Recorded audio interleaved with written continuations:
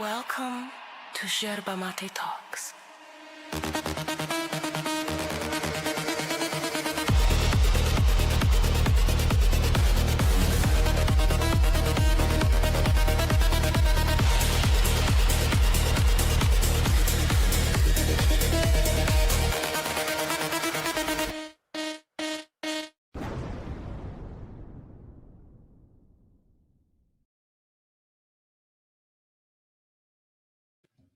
Welcome to another video review. I am Max. This is Kat.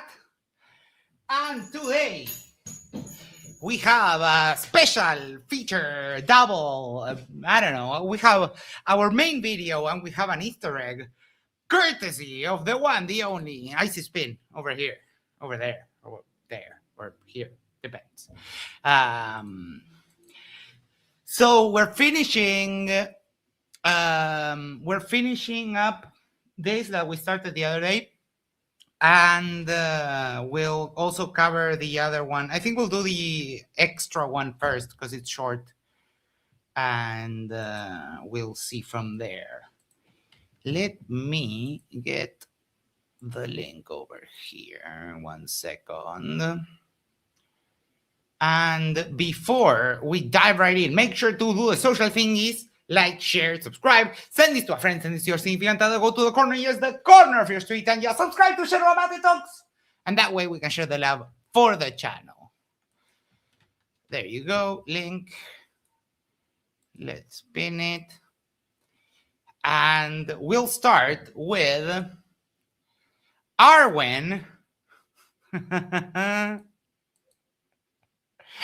We'll start with Arwijn denying that the heart is a pump. Yes, you heard it. Arwijn thinks that the heart is not a pump, but it's even crazier than that. So here, if you haven't yet subscribe to Icy Spin, there is the link to the video we are watching, and just subscribe to the channel. Icy Spin has some of the most occult videos and clips of the flirts. It's a pretty good resource. And yes, David says, do it. And while you're at it, also subscribe to David's channel. Thank you there, Still CT, for sharing Icy Spin. All right. Here we go.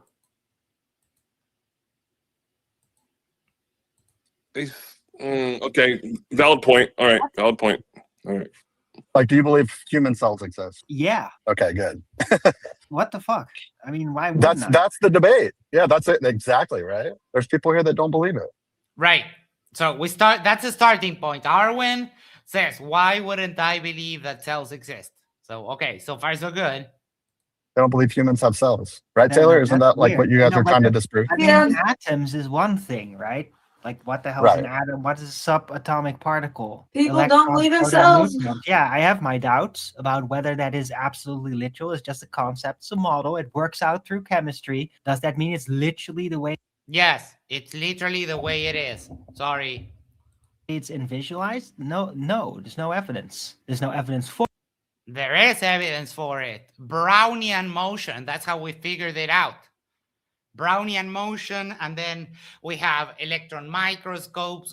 We know how to do chemistry. We understand the valence electrons, how those work and how they interact, so that we can create new materials and polymers and stuff that doesn't exist in nature. We create it. it or against it, other than the math works.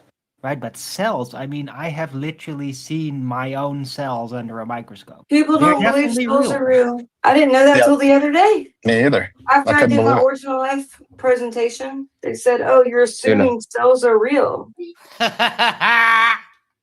Dumbasses. And it's funny that I agree with Taylor here, that yes, cells are real, but we have we have to let these people know, because in their hyper skepticism, they don't really believe in stuff that you can check for yourself. Like, for example, that you have cells. You can prick your finger, put a droplet of blood under the microscope, and you'll see that you have tons of cells. You can scrape a little bit of your skin, and you can also see your skin cells. There's many ways. These people. Taylor. Dude, have you ever seen a actual living cell like Yeah. copying itself? Yep. You seen the Flash? That's amazing. Has Steve or the Nazi King guy confirmed that they'll be attending? Because they're really the two dissenters, right? Are there others? There was one more person. I can't remember who. Does this interest you at all? This One thing I did learn in biology class, when it really got through to me, is that nothing in nature is by mistake. Every bit of the body, the things that you might despise for whatever psychological reason, all of it has a biological function. There's always something happening everywhere, and it all has a reason to do what it does. And that's what I really realized looking under a microscope, like at my own cells, at my own body stuff. Like, it all has a function. Like, even freaking poo has a freaking function. And like what? stuff. Like, it all has a function. Like, even freaking poo has a freaking function. And like, what's happening in there?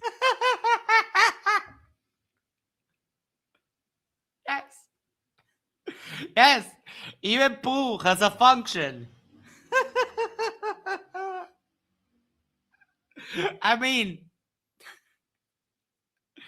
when we're talking to these idiots that they're all a little bit Bible thumpers, the funny thing is that is actually evidence that this design, this perfect creation, is just bad. It's your God is incompetent.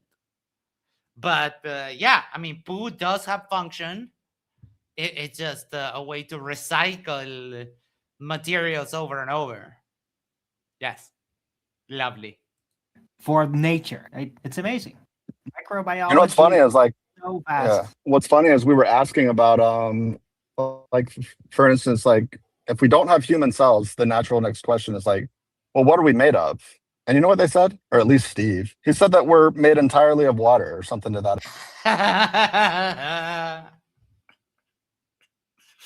Oh my God. effect. Okay, And well, living water, I think that's, yeah, sure.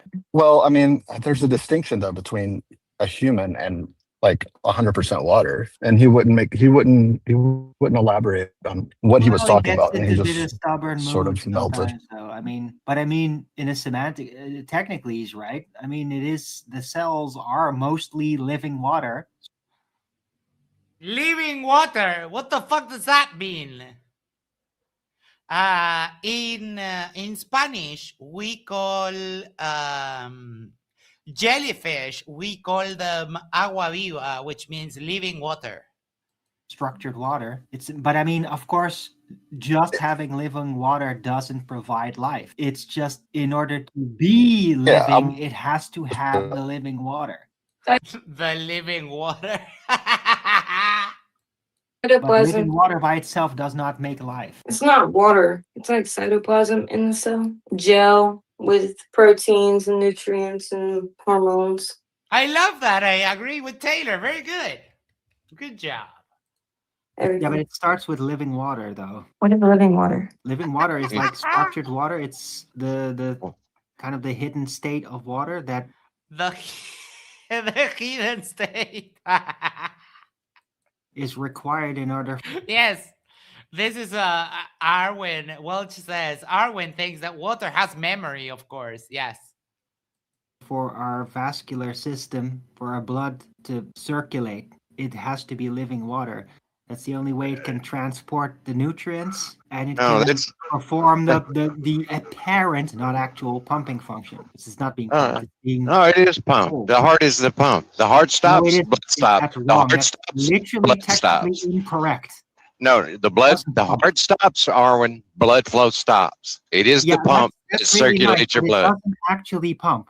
Well, I'm sorry, but Oh my God. He's literally saying that the heart doesn't pump.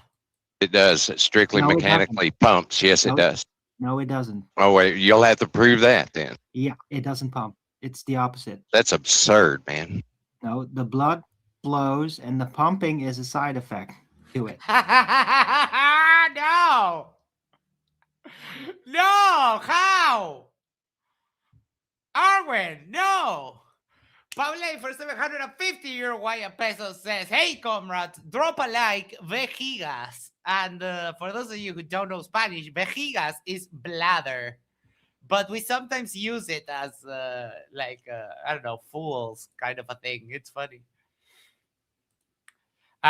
Who else was it that says the heart is not a pump? Oh, there's a couple of other derplings here that say that. It's not absurd. Rudolf Steiner called it 90 years ago. Then why does blood flow? Oh, someone said a thing 90 years ago. Well, guess what? He was wrong. Without even looking at the citation, if he said that the heart doesn't pump and that the blood pumps itself, then he was wrong. Completely wrong. Over. No contention. Nothing else needed. Stop when the heart stops. Why does the heart stop when the blood flow stops? It doesn't. I mean, that is literally impossible. You can't have blood flow if the heart is stopped, Arwijn.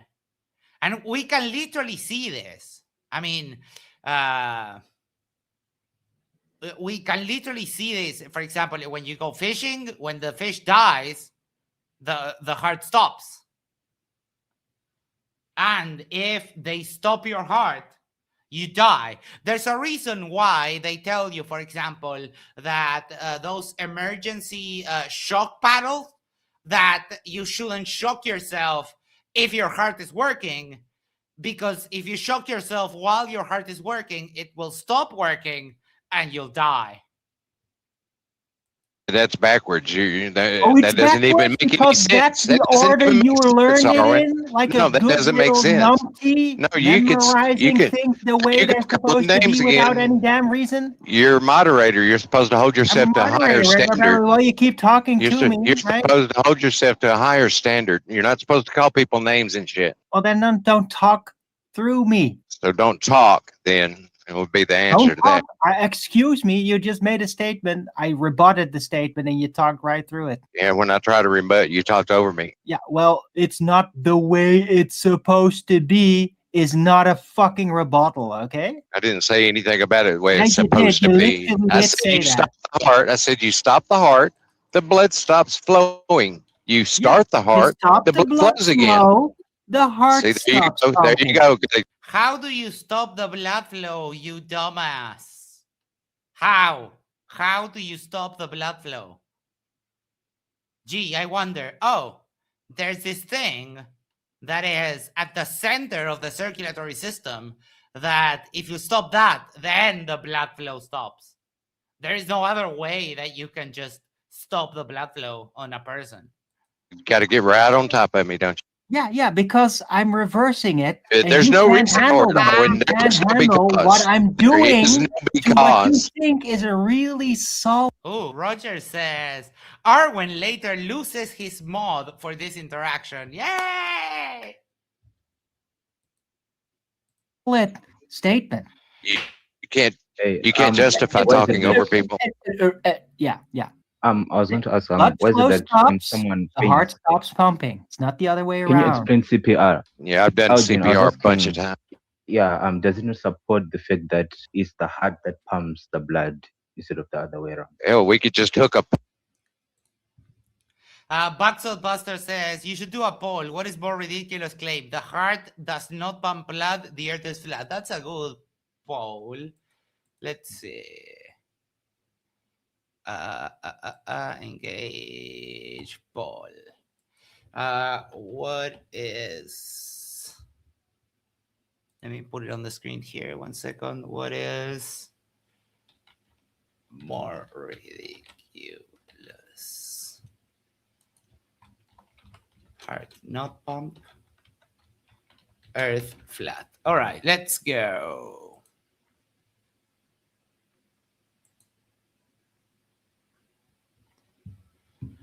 It's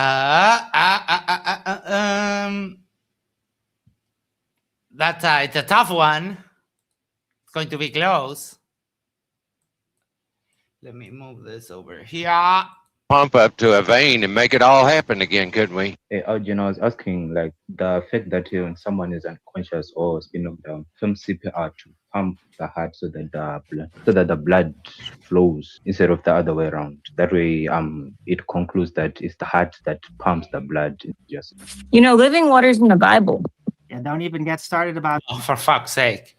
Whenever you start growing on me, you pull shit like that, Taylor. No, it's not. Living water is not in the Bible, dumb bitch. That they can't even accept that the heart might not be pumping the blood, but the blood might be pumping the heart. They don't. Oh my God. Arwijn, let me tell you a story. My dad and I were, we moved to a house and there was an old TV antenna on the roof. And it was secured with some wire, some thick wire, but it shook a lot. So my mom was like annoying my dad. Hey, you have to cut down that antenna until maybe what if the wind comes and it falls, yada yada. So my dad and I went. He grabbed his angle grinder. I was holding the antenna. He was grinding it. The grinder got caught in with the weight of the antenna and it slipped from his hand. It hit his the side of his foot, and my dad was like, okay. He was continuing to cut, and I was like this, going all white, because from the ankle where the angle grinder hit him, I could see just like bursts of blood, like, and those bursts, they match like the heartbeat. And yeah, he lost a lot of blood, took him to the hospital. Unfortunately, it wasn't anything bad past that. But oh boy. Don't want to But the blood might be pumping the heart. They're so triggered they can't even like let me just say what I need to say. Yeah, what Arwen's saying isn't like some fanciful imagination of his own. No, it's the fanciful imagination of someone else. Oh, good job. He found someone completely uninformed that said a thing that is very dumb. Oh, good job. This I is know. something. Yeah, this is a Rudolf Steiner established idea, and just from the words from themselves, it says right here that Switzerland had to point it out in lectures to medical doctors that the heart was on a pump, forcing inert blood to move. Buxot Buster there going on the heart lung machine, cardiopulmonary bypass. And Icy Spin very accurately brings this up later. How is it that when we do heart surgery, we stop people's hearts, we literally kill them on the table, and we hook them up to a machine, and what do you know? They're actually not dead. With pressure, but that the blood was propelled by its own biological momentum, as can be seen in the embryo, and boosts itself with induced momenta from the heart. He And that's also a stated, really important reference, if I may. Sorry for the. Someone is giving citing Arwyn's reference, and he just cuts them off to stop talking about the reference and start yapping. Break in like an Alec Jones. But I mean, I have an important reference because how did they figure out he was right? Well, they figure it. He's not right, so that one figured out he was right. What we do have, however, is that if someone gets shot in the heart, they die. Huh. Weird. Out when they try to create an artificial heart that would pump the blood. And guess what? It didn't work. What do you think bypass surgery? What do you I'm think not bypass fucking done surgery yet, is? Left Lane. Shut What the about fuck up. I'm not. Oh my gosh, I'm Arwyn, not ugly. fucking done So triggered. yet. You will. Shut the fuck up. Man, you should just chill a little bit, please. Yeah, I know, but I'm in the middle of my state. Wait, ICSpin.com, does that website actually work? ICSpin.com? Or are you joking? No, I fell for it. Hello, CJ. Statement. I just got to back up, right? I have a point to this, and you shall not talk through me. All right. So yeah, Rudolf Steiner figured it out. They created an artificial heart, robotic, and it would pump the blood. Well, guess what? It wouldn't work. The people that they actually tried it on and the animals they put it in, they died very quickly, like within a matter of like a day. Very quickly. Why? Because it You didn't can't work mute your that way. fucking opposition, Arwin. You can't fucking. Yeah, I can. I can to finish Okay, what I'm okay, talking okay. about. Let's. Hold on 1 second. I knew I saw this somewhere. Give me one moment. Because this happened in 2025. So, I mean, it's all good that we are talking about something from 90 years ago. But they are actually making artificial hearts today. Specs. Been a member for 6 months. That is halfway around the sun. That is awesome. You will shut up humbly, Arwyn. So yeah, there's I remember this article went around. It's from August 2025, and yeah, they are working on artificial hearts, and there's so many more of that. Man survived with a titanium heart. This is from May.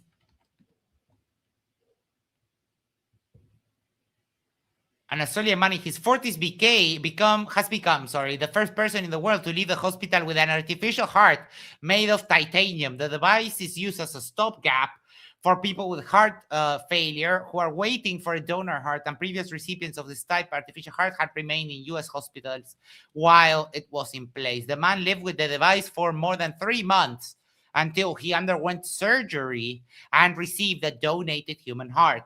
The man is recovering well, according to a statement. St. Vincent Hospital in Sydney, Australia, where the operations were conducted. The Australian is the 6th person globally to receive the device, known as a Vibacor, but the first to live with it for more than a month.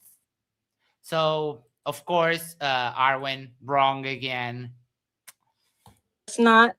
No, Who Arwen, unmuted? Who the that's fuck not unmuted cool. him? I Me, didn't. I I did. didn't Well, unmute why? him. Why But did look, you do that when I was in the middle of my talk? Because the same reason he said when he was unmuted, you don't moderate your own conversations, brother. I just want to finish my statement without somebody waltzing right over it. That's all. After that, he could talk whatever Mulching is not even a word. he wants, right? I have an actual reference. I have a statement that reference what my point was. So just wanted to reference that. That's all, and not have somebody talk right in the middle through it. That's all. I was going to unmute him right after. Yeah, well, you can use your words just like most people. You don't need to use your moderator powers when you're in a conversation with somebody. Let another moderator do that, okay? Okay, well, I'd appreciate if you mute them then, if they talk right through me. Stop whining. Over his interruption. Anyway, let's move. The idea is that the heart is more of a vortice inducer for the blood, which already is under its own pressure, causing momentum. How is it under its own pressure in a tubing system? How do you make, I mean, this would be very easy to demonstrate. How do you make a tubing system where, I mean, you could even put blood, like actual blood on it. How do you do that? How does the blood move itself? So that's the hypothesis right there. Left Lane, did you have anything to add? I was going to say something if you don't. All right, I'll go ahead and say it. Yeah, so I was lucky enough when I was younger to watch open heart surgery, and they put a needle into the heart with potassium to stop it from beating. And then from there on out for the surgery, the heart and lung machine does all the work. At the very end, they shock the patient back to life, and his heart starts beating again. And guess what? They take him off the heart and lung machine, and he lives. So pretty obvious that it's a. It's almost like magic. No, it's not. How long can you be on the machine like that? How long? We can check. How long can open heart surgery surgery last? Some surgeries may take 6 hours or longer, depending on like the surgery. Pretty good. Is that actually survivable? I have no idea. At least for an hour. Yeah. No, that's why I said like nobody can live with that system over a day. They tried. It's a temporary. They tried to implant people with artificial hearts that would do that, thinking, "Oh, this is going to work," and then they would just die. No, yeah, it wouldn't happen to be a problem of rejection, autoimmunity, or any of the myriad problems that happens when you put something foreign into a body. Thomas, Arwijn, people who are literally compatible for organ transplant sometimes still face rejection, internal autoimmune response, because the body rejects the transplant. This all of these things are known. Every time, and they couldn't explain why, because it was pumping it, right? Yeah, well, they died anyway. So what's your explanation for a heart attack? It's literally a disruption of the flow, of the function of the heart, which is a vortex. What the fuck does a vortex mean in this context? Oh, you mean it creates a difference in pressure that because it's a closed loop that causes the blood to move from one place to the next? Almost like, oh, I know what, a pump, right? Clip that. Jack Fetter for $4.99. I am honestly surprised this group of mouth-breathing morons can even manage to convert oxygen to carbon dioxide. Fuck! It is quite baffling, yes. Yeah, the pumping, the blood flow pumps the heart. If the heart is impeded, it's like clogging of a gateway. It's gonna then stop the whole process. It's still a gate, right? The heart is still a gate for the entire blood flow. If there's something wrong with It's still a what? I think the correct word that you mean is pump, dumbass. with it, if it's impeded, it's gonna stop the blood flow. So when they kill the guy essentially by putting pure potassium into his heart and it stops beating, and now the heart and lung machine, let's just say the heart machine, is operating the blood flow by pumping the blood through his body. How is that not a pump how is that not a temporary pump replacing a permanent pump? Oh, it is. It's a temporary pump. But why doesn't the blood pump? Can I finish? Can it? It can. They Go can ahead. Go ahead. On the long Go ahead. run, if it would just be a pump, and that's all they needed, then somebody could be put on a machine like that, and they would live. Right. Just like it happens when you have open heart surgery. Right, Arwijn? Oh, my fucking cat. He's so dumb. Dan says that I have the Waka Waka counter on screen. Yes, we're going to do that. We're going to continue this next. But I wanted to take this out of the way to promote Icy Spin's video. And also because this is just too good.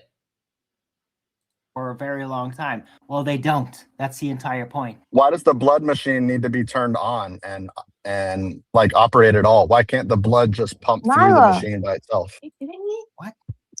What? Why can't the blood just? Why doesn't it work? Well, because the blood, the heart is not a pump. If it was just I'm saying, why doesn't replace it with a pump, and then that would work forever? It doesn't work forever because it isn't a pump. The core function that keeps people alive isn't the heart pumping. Yes, dumbass. It is. It absolutely is. John says, a vortex pump uses an impeller, a single chamber valve. We install them all the time for lifting stations on septic tanks. The human heart does not have an impeller, nor is it a single chamber. Right. Yes, it's 4 chambers, and they alternate to do the motion. Systolic and diastolic pressure.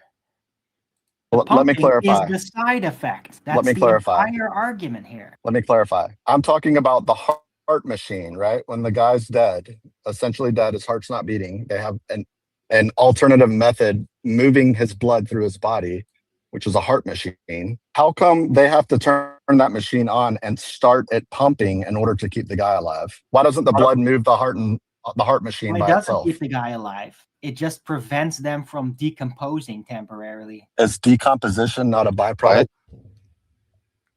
Dumbass! Again, if it's preventing decomposition, it's because you're alive. Arwijn, it works this way. Either you're alive or you're decomposing. There is no middle ground. Like either you're alive or dead. When you the second that you're dead, and we mean brain dead, not just coding. When you're brain dead, that's it. No one comes back from that. And the instant that you die, you start decomposing, because life can only be kept alive while it has all of the metabolic and the internal processes going forward at full, like actually happening, right? The moment that those processes stop, decay starts. It's not there is no period between when you die until you start decomposing. No, you start decomposing as soon as you die. And we understand this very well. That's why we know the stages. For example, when you die, rigor mortis sets after a couple of hours. Then you have 12 more hours where the rigor mortis subsides. And then because of gravity, the blood starts pooling on the lower parts of the corpse and so on. About a day and a half, the bloating starts because, of course, you have stuff in your intestines, and that starts generating gases, bloating, etc., etc. Inquisitive Infidel for $5 says, without doubt, the heart doesn't work. To give Mint's amount of undue credit to Arwijn, it might be the gate he's talking about. True. Yes, there are valves that open and close in order to prevent backflow. But I don't think he's confused with that. I think he's just hopelessly dumb. Of someone dead? That's right. Okay, you said that the guy doesn't die, he just starts to decompose. How is that not death? He will die if he doesn't have a heart. If he doesn't have like stable blood flow, eventually he will die. You can just force the blood to like pump around, but it's not going to work anymore. What is this topic? Right, which is what the heart does. The heart forces the blood through them, obviously, because a heart that is standing in temporarily does the function of a heart, which is to pump the blood through it isn't. the nerves and the veins. That's the entire point. It isn't. It isn't the pump. Okay, tell me how it's not. The blood pumps the heart. Yeah, we got to talk about the blood. Can you show me one example of whatever, like for example, a gas circulating, pumping, moving the pump, or a liquid circulating, moving the pump? Now, it doesn't work that way, especially if it's in a closed circuit like the human circulatory system. Arwijn, you're just like completely inept. Pumping the heart again, because we haven't for the last half hour or something. My question was, pumps the blood, then you can hold on. Heart pumps blood. Okay. Inside of the human body. Oh, there you go again. Doing it again. You could just put a pump inside of the body, and you could replace the heart. Well, guess what? That's never worked. It's never. Yeah. Well, number one, you're wrong. It does work. And number two, you can replace a heart with another heart, and gee, it fucking works. And Cygnus says, When you say that, yeah, I am the citation. Get the fuck out of here, dipshit. Indeed. Arwijn does live in a fantasy world. Work, because the heart isn't the pump that pumps the blood. It's the other way around. But my question is this: how come the blood doesn't facilitate the heart machine? In other words, why doesn't it just move itself around through the heart machine? Why does the heart machine have to be turned on as a pump in order for the guy to survive. Well, it's not turned on as a pump. It most It's certainly a is. magnetic device. It actually it helps to create the structured water component of the blood. Oh my God. What? What? Pable for 750 Uruguayan pesos says, Max, according to your definition of death, Arwin's brain stopped working years ago, so is decomposed. Fair. I don't know, man. I don't know every freaking detail by heart. I'm just going on my memory of Thank you, Arwin, for admitting that you know nothing about this and you're just speaking straight out of your ass. Thank you. At this point. I'd have to look up a couple of videos to refresh my memories about the details.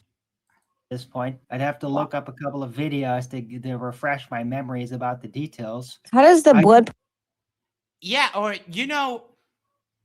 a biology textbook might do the work. Propel itself. What everybody thinks. That's all. Here's an interesting note in the research in regards to this. It says researchers who have examined the relative velocity of the blood at various stages of circulation have found that the blood moves faster in the large arteries and veins, where there are fewer channels, and that the blood flows the slowest in the capillaries because there are so many of them. Here is the amazing part. The blood actually stops moving in the capillary and becomes completely still. This is necessary in order to efficiently exchange gases, nutrients, and waste products. After the blood has come to a stop, it oscillates slightly and then begins to flow again. If the blood stops moving at the midpoint of its journey through the blood vessels to only then start moving again, what is the force that drives this movement? Yeah, I just looked. Why does the artificial heart permanently work? One of the things it says is that it can't replicate the hormones and nerves that the heart does, something like that. Right. Yes, because the heart runs on an autonomic system where the brain sends electrical signals to the heart, but there is a feedback loop to make sure that the heart is working. The heart also sends signals to the brain like, hey, I'm here. It's all good. Right? Inquisitive Infidel for $2. In the movie The Thing, blood moves on its own. Thank you so much. Some kind of biological signal that the heart gives. Right. And the heart Signaling device. also damage the blood cells in a way that the heart itself doesn't. It has other functions. All right. Arwin, do you believe in cells? All right. Oh boy, that was something. These people are some of the dumbest people alive. All right. Let's check if the Waka Waka counter is going. Oh, 36 minus 35. Perfect. All righty. Let's keep it going with these two. I will play this at 1.5 because otherwise this is boring as hell. All right. You can, and no matter what, the sun is always going to come out of a flat plane, circle around. There we go. We're starting off with a bang. Pac-Man, waka waka waka waka. Thank you. Into a flat plane. And so, I mean, just that point alone, I would like that for the observer, for you tuning in right now, just to contemplate that. Think about this. Why is it whenever we try to model reality, whenever we try to calculate and measure and precisely show how things work, why is it that we're doing it on a flat plane with the luminaries right? Oh, that's easy. We don't. That was very easy. Hold on. Icy Spin says he has something for me. What the fuck is that? Okay, hold on. Let me download it.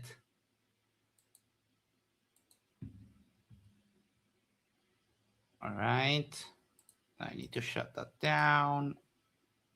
No, fuck. Video. Yeah, just take one right above our head and try to. RG, it almost looks this is like why. concave. Yeah, I'm sorry. RG, this is why I feel that the moon is like, you know, they might have not been like, now listen to me here. They might not have been lying when they said that the moon is reflected sunlight. Here's what I mean. It's not the moon that looks like if you remove the light from the moon, like it would maintain those images. I feel the moon itself is the sun, but in an opposite fashion. It might be that the sun. Wait, what? The moon is the sun, but in an opposite fashion. So not the sun, right? Do these people not know how words work? Sun is reflecting off the earth and then bouncing back up into the sky and then giving you the image of what the moon is. Yeah. It's Okay. Vlad, you contradicted yourself like a bunch of times in a very, very short span of words. I just have Witty would like to tell you something. Horizon is inherently apparent due to perception. Ah, fuck. Horizon is inherently apparent due to perception. I need to cut that so that it actually sounds good, better. Yeah, Witty tells you that the horizon is inherently apparent, Vlad. So suck it. Rising from under the earth, rising above our heads, and then setting back into the ground. Why is it? Here's the thing. You can't. Because number one, because it doesn't. It looks like it's setting into the ground because the earth is moving away from it. But if the earth was flat, the sun could never be halfway where you see the top half of it, but you don't see the bottom half of it. You can't see this far. If you actually bring this down to a scale that you can actually see of maybe 20 miles or so, this is the type of path that you get where the sun comes out right here, and this will be the correct compass heading right here. This will be the correct. Oh, for fuck's sake. Do I really have to do it again? I think I do. Hold on. There, okay. Did it open? Yes. I'm sorry, and I generally try to shy away from meme sharing because that is the way of the flurf. But these guys are telling us basically this meme. Sunset on flat earth. You see there, over there is a city, like for example here, and this is what they tell us, that this is fine. So I try not to do argumentation by memeing because that is the pinnacle of flurf argumentation. But in this case, I think it applies so well because this is literally what these two dumbasses are telling us. It's all good. You see? This is exactly what they're fucking telling us. And that somehow this also teleports because it appears that it's on the ground for someone here at the middle. But if you are here, it doesn't appear that it's on the ground. It appears that it's above your head. So, correct compass setting. And then the altitude, right? Its peak at its right here. All these measurements are actually accurate to 100th of a degree per second, but then it shows. You don't need to include the per second part, you dumbass. You don't sound any. I mean, this website is not yours. You didn't do the math. You didn't do anything. You're just using a service. So it doesn't sound more impressive when you say 100th of a degree per second. Is it going into the ground? Yeah, and we're not like trying to say that we're any different than anything else. We're just showing you the measurement tools that are given. Now, their defense is, this map has 3959 broken down into the source code. And so, again, we will constantly... Yeah, because they all do, dumbass. Otherwise, you couldn't trilaterate the position of the sun like we do. Make sure to let people know that you can express multiple things with mathematics. I can do mathemagic up and down. Have you ever seen card tricks? Oh, my fucking God. He really said this. Let people know that you can express multiple things with mathematics. I can do mathemagic up and down. He really said mathemagic.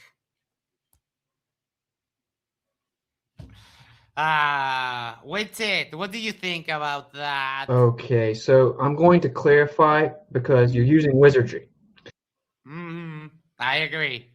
You ever seen card tricks? Have you ever seen the way that you can calculate 3 different things in different manners and come up with the same answer? And reciprocally, you can calculate things and come up with completely incorrect answers when doing the exact same calculations.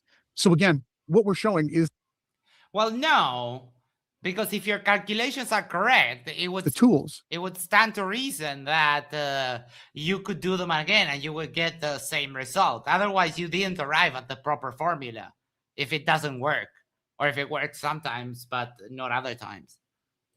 That are built for humans to actually witness and actually verify what they witness on a modeling program. Dan said. That's a claim. He has to prove that he can do math, not card tricks. Math.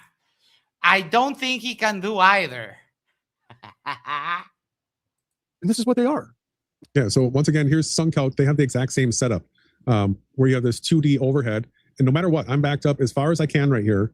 And I cannot get it so that the sun does not come out of Earth. But once again, Gee, I wonder why. It's almost like the map doesn't fit into a rectangle because the Earth is not flat. Huh. Would you look at that? actual scale is it's going to be down at the 20-mile range, right? Where once you get down here close enough, and it's like 20 miles or so. Real Signal says, Ronnie and Jason are geniuses. You're just jelly. I mean, they do have magnificent hair. I do have to give them that.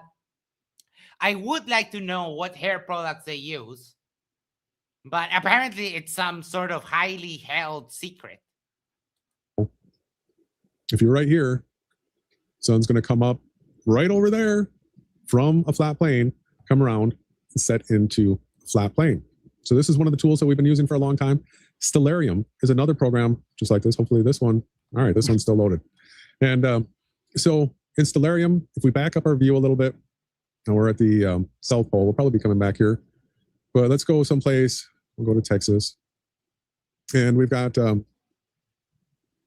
going to have a sunrise. We'll go through the night here. Here comes our sunrise. And I want to show you all that it's coming around overhead. And we'll turn to the west. And we'll watch it set.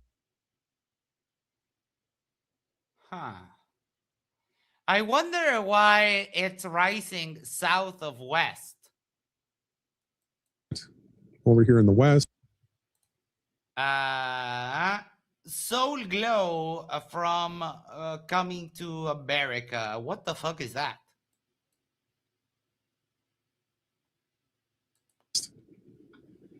And then once it gets down below the horizon, what I'm going to do is turn off our ground. I mean, it says this is the hair Arwijn wishes he had. That is true. That is 100% true.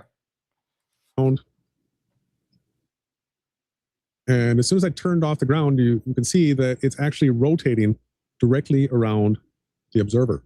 So as I rotate this, you can see. No, dumb fuck. It's rotating. You see where it says octans down here? It's rotating around the South Celestial Pole, you piece of shit. All the constellations, all the stars, everything is rotating around the observer here. That is not around the observer, dumb fuck. Right, just the same way as it is right here. It's the exact same thing. There's other programs too. Wait. Why in the program, in this simulation, you see that the sun is going up and then, fuck. Hold on. Because look at that. Oh. Right. Rotating around the observer here. All right, just the same way. Look at the sun. The sun is this little red ball here, and it does a full circle, like literally going under the ground. As it is right here. On their own. It's the exact same thing. Citation. Oh my God. I'm going to give you like a bunch of things for that. There's other programs too. Whereas all you have to do is look up something like Sun Position app. There's a ton of them now where you can get this right on your phone, and you'll see these apps like this that show Manhattan Hinge. If they represent actual observations there. Yeah, and you'll actually see on your phone that it's rising right out there, coming up from the ground, going overhead, and going back into the ground, doing a circle around you. And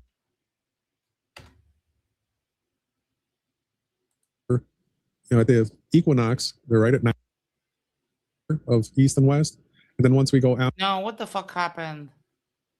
It's a map. It's an observation. Ah, fuck. I'm sorry. I don't know what I touched. Give me 1 second.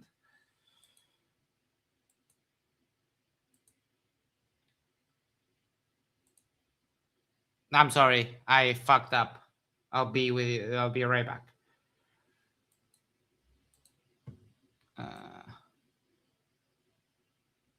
Here. Okay. This. There. the observer here, it's the exact same. Whereas, perfect. And you'll see these apps like this that show Manhattan Hinge. If they represent actual observations there. Yeah, and you'll actually see on your phone that it's rising right out there, coming up from the ground, going overhead, and going back. Doing what? Doing the, I mean, Pac-Man, waka waka waka waka. Shakira is going to have your ass on a platter because she's the one that does the waka waka. Back into the ground, doing a circle around you. And I mean, there's lots and lots of these apps now. They've got the augmented reality. And when you look at these, the sun's going to set right there into the ground. It's the Earth's not Into the ground. Okay. Now, if you go there, Ronnie, if you start going towards the sun, what the fuck happens? Hey, John Yellow. Evening, morning. Good morning. Inquisitive Infidel for $5 says, from the observer's point of view, the world will always rotate around them. The definition of being self-centered. Well, this is just like I am actually not convinced this person. They're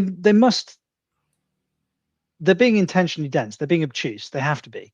They can't not possibly understand that. Like, if you can, but you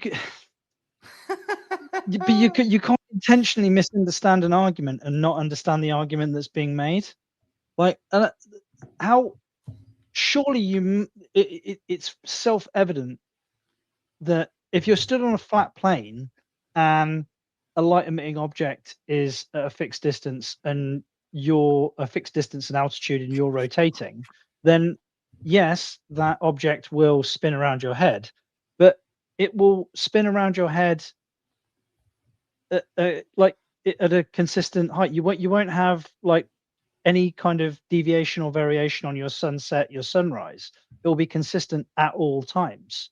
But we have variation on it, not only because of the axis tilt of the planet, but dependent on where you're stood on the planet, and also variations on apogee and perigee, because not only is the sun moving through space, but we're spiraling around it. Like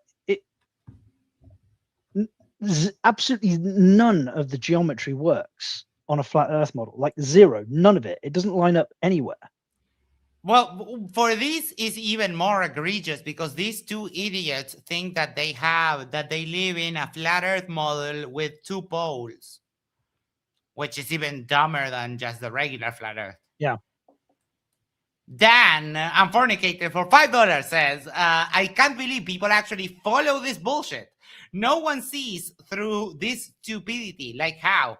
Well, Dan, I'm sorry to tell you, but these guys have 19,900 subs. Yeah. So, yeah, it's worrying. I really don't get it. No. It genuinely, I find it baffling that, like, so for example, I can sort of get the like with like the anti-vaxxers and stuff like that. Like I'm obviously not one. I am I'm vaccinated, my kids are vaccinated. It's good technology, one of the wonders of the modern medical world. But I can sort of get how people can get their heads spun around by it, because like I can understand how like distrust of institutions and like it is a relatively novel technology for us as a species, if not for us in the modern West. I can sort of understand how people can be sort of like swept up in this cult like mentality with something like that, but not with this. Like with the flat Earth, it's just absolute fucking insanity. I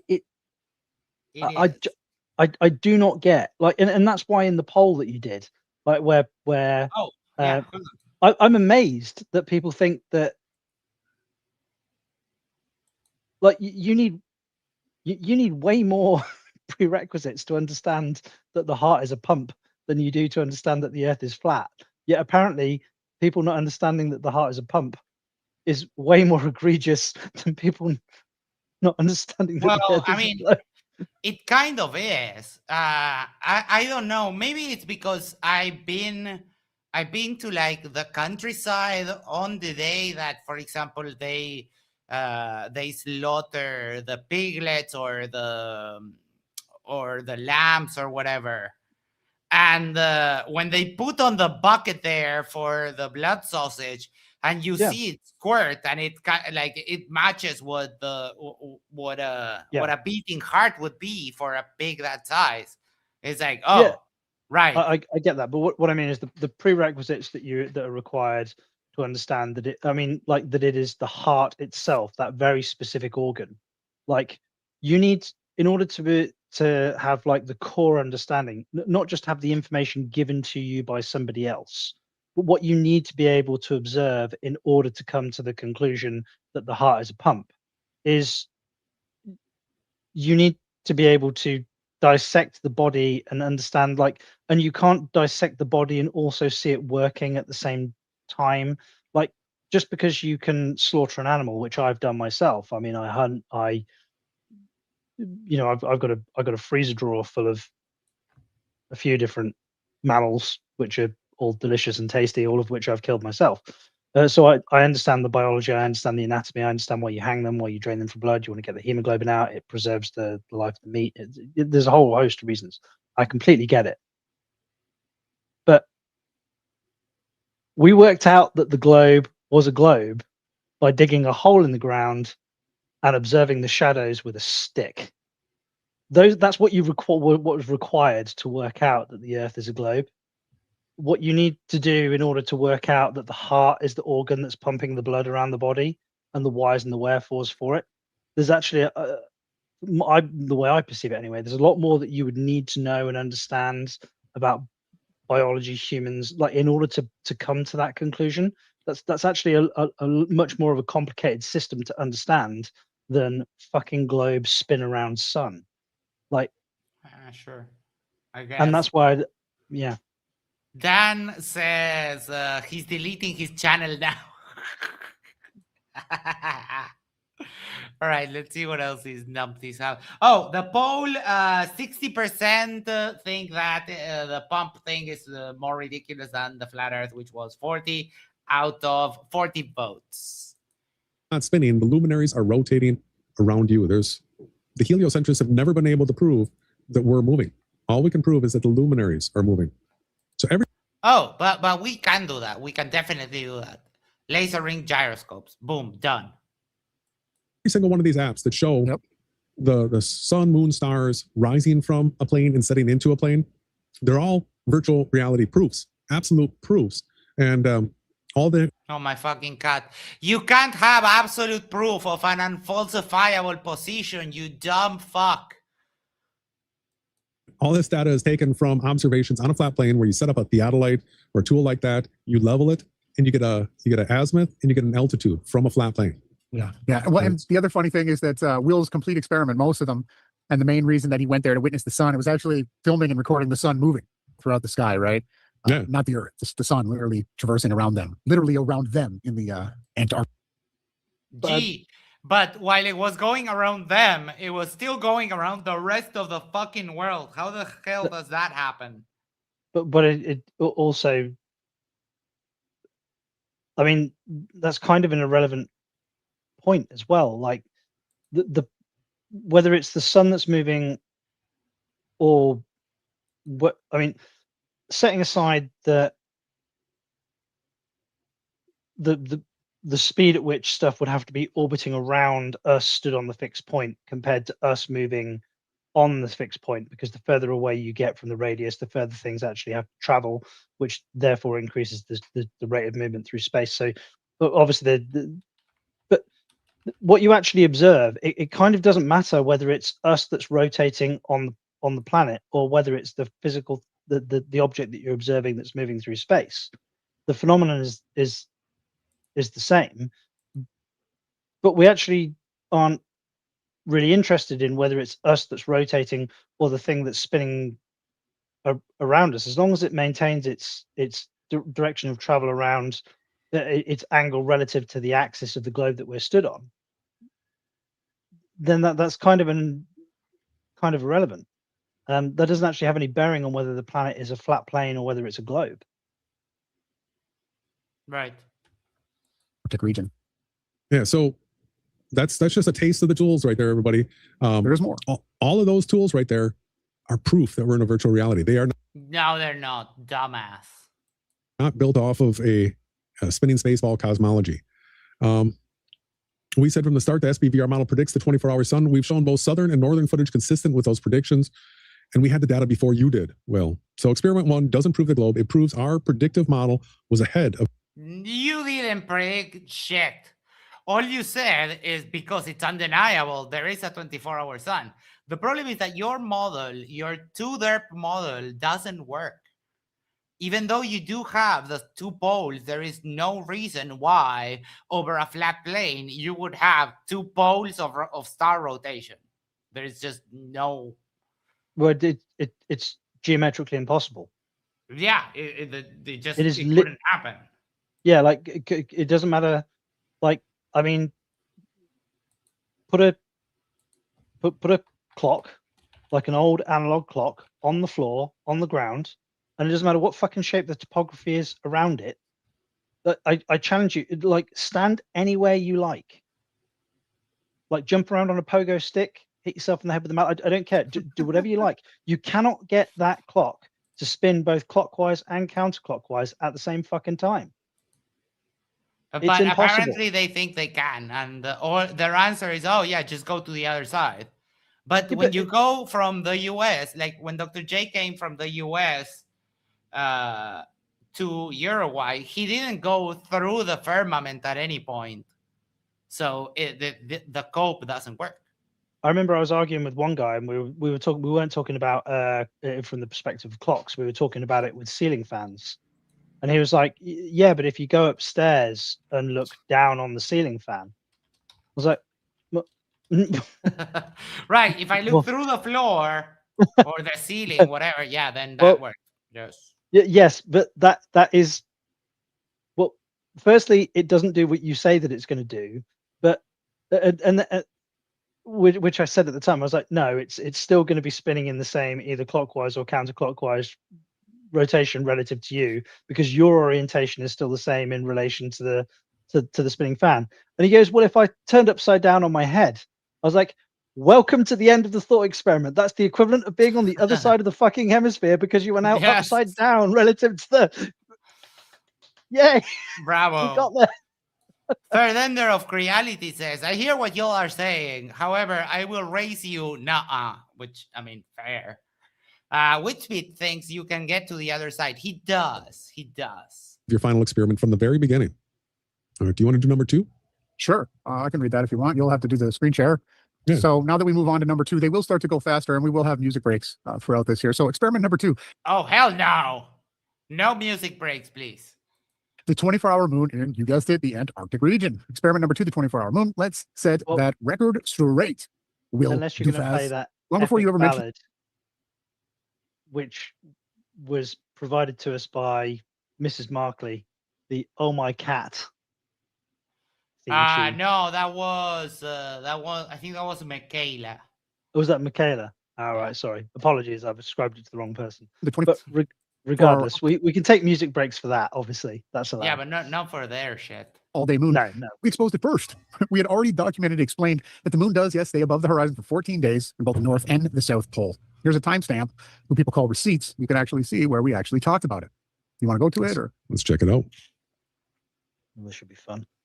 Not only were we the first so-called flat earthers to cover the so-called final experiment, but we immediately pointed out that not only is there a 24-hour sun in Antarctica, but the moon... Yeah, Team Yahawa Shai.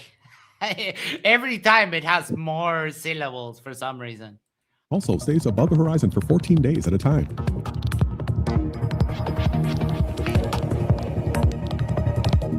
Not a single one. Isn't this exciting? The fact that I cannot find a single video on YouTube of a 24-hour moon in Antarctica means one of two things. It either means that the globe is a... Oh, for fuck's sake, the music in the background. Why? What's that? The globe is alive. Yeah, the globe is alive. Absolutely. Sorry, I cut him off. I should have let him continue to run his mouth. Let's get back to the experiment. Just you showed it. Oh yeah, you want to show it more conclusively? Well, I just want people to see this 24-hour moon. Actually, it's up for 14 days, and I want people to see the path of it because this is another one of the heliocentric debunks. When you watch the path of it, videos, you got to understand that batteries have to be changed and things like that. So you see how these are horizontal circles where it's going around like this. The camera's following it. It goes up in elevation. It comes back down in elevation. But these are all horizontal circles that don't have a tilted wobble to it. Out on 23.5 degrees with that, so every once in a while you'll see a splice. I just wanted everybody to see the horizontal circles there. That's right. I mean, I'm relatively new to this flat Earth insanity, but my understanding of the geometry of the moon is tidally locked to Earth. So the reason that the moon always has the same face on the Earth is because the moon is rotating at the moon is rotating on its axis at the same rate as which the moon is rotating around the Earth, because the moon is tidally locked. Yep. Which fine, makes sense. But the Earth is on an axis, and the moon doesn't rotate on the axis with us. The moon rotates around the planet on a different axis than which the Earth is spinning. So we shouldn't actually expect to see the moon. I don't know whether we would potentially see a moon for 24 hours a day, 7 days a week on the South Pole. Would that be would we see that? I don't know. Yeah. We do. Yeah. All right. Okay, fine. The phenomena is not a surprise to us. We predicted it and explained it in the framework years, again, before the final experiment series. Why it doesn't work on a space ball is much more important. The geometry of a horizontally circling moon above the poles cannot be reconciled with a tilted, wobbling, spinning, gyrating Earth. Yes, it does. Dumbass. On a space ball, the moon's orbit and Earth's tilt makes such horizontal paths actually impossible. No, because if you are at the pole where you see that, like you have the sun at the pole, the 24-hour sun doesn't change in elevation. It's always at the same elevation because you're at the axis of rotation. But in a fixed and stationary virtual reality framework programmed by the creator, this is exactly what we expect. Luminary circling horizontally above the horizon at the reciprocal poles. Will's avoidance tactics. Here is... Why do they need this extra step? Why does it have to be? If they believe in God, why did it have to create a virtual reality world and not a real world? I'll never understand that. I think it's the same reason why they. It's sort of like the same headache that they have with the concept of nothing. Yeah. But in the opposite direction, they've got to introduce this like this virtual reality concept for some reason. Like it can't just, like, for some reason when they're trying to explain these physical observations that we have, they have to introduce this intermediary, which is odd. Like, surely God should be sufficient. Like, you shouldn't have to introduce like this extra bit, surely. Yep. No, I don't get it. Why they have the need for not only the creator but also a virtual reality world. It's baffling. Like from a theological point of view, I don't get it. What happened? You never went to the South Pole, and you never filmed the moon in Antarctica. You went at a time when the moon was down the entire time. And you didn't even go to the actual South Pole. You went to only the Union Glacier camp. And the camp that you went to, the team actually provides a flight to the South Pole station. Yeah, but it's so much more expensive, you fucking broke ass bitches. Well, also, was that not close enough? Like, I mean, how? Well, I mean, what were they actually supposed to pitch their tent over the spinning barber's pole, which is, No, apparently I at the mean, top. during the final debate, Ronnie, the one on the left, came on to the final debate and asked Will, why didn't they go to the South Pole? And Will said, well, it was a monetary thing. And this dumb fuck was like, oh, now you're broke. He's like, well, he never said he was broke. He said that it was a monetary thing. It's like twice as expensive to go to the South Pole than it is to go to Union Glacier Camp. So yeah, it's like if it cost me twice as much to go the extra 5%, am I happy with going the 95%? Yeah, but not spending twice as much, which like it's a relative value question, not I've run out of money question.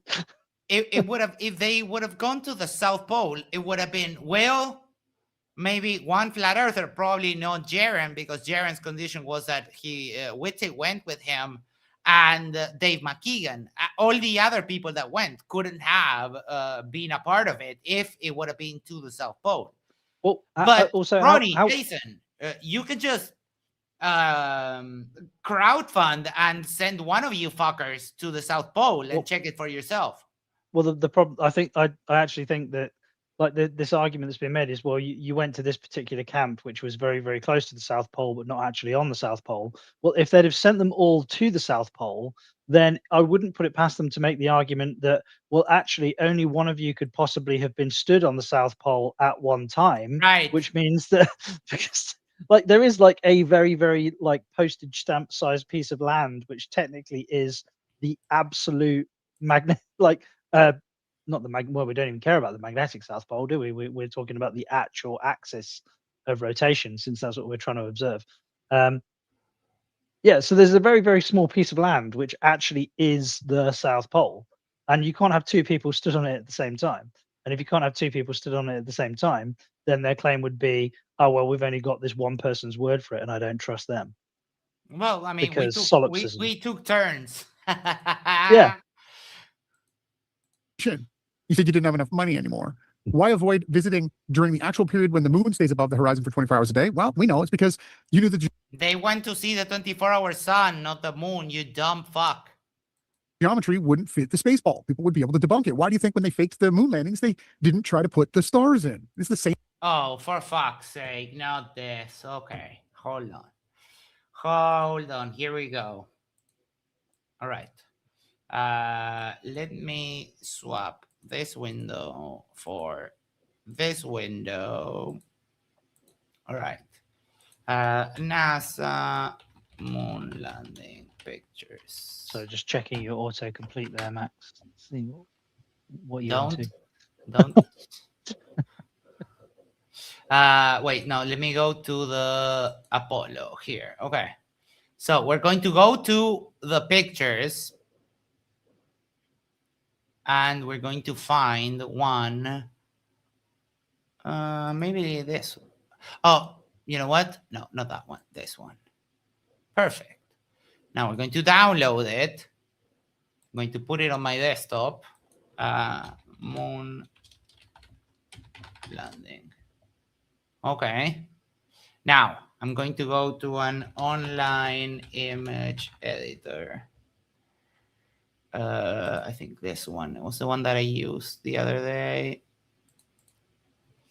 Open image, desktop. Where the fuck is it? Moon landing. Okay.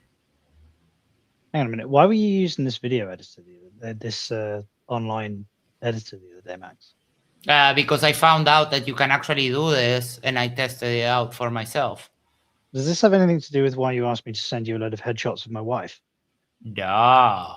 No. All right. Okay. I trust you. No.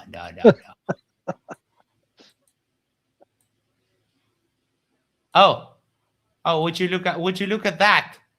What are these dots that keep appearing here?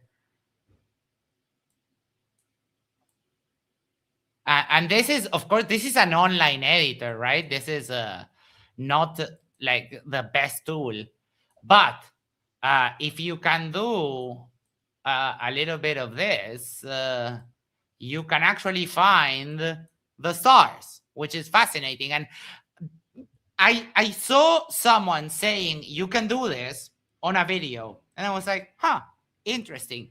Let me try it for myself. And what you know, the stars appear, and they're very distinct from the noise that is created, like that. And I mean, we could take more. We could take more of these pictures and do this thing again, and they appear because it's just they are in the picture. It's just an exposure thing. So yeah, Well, suck it, Ronnie.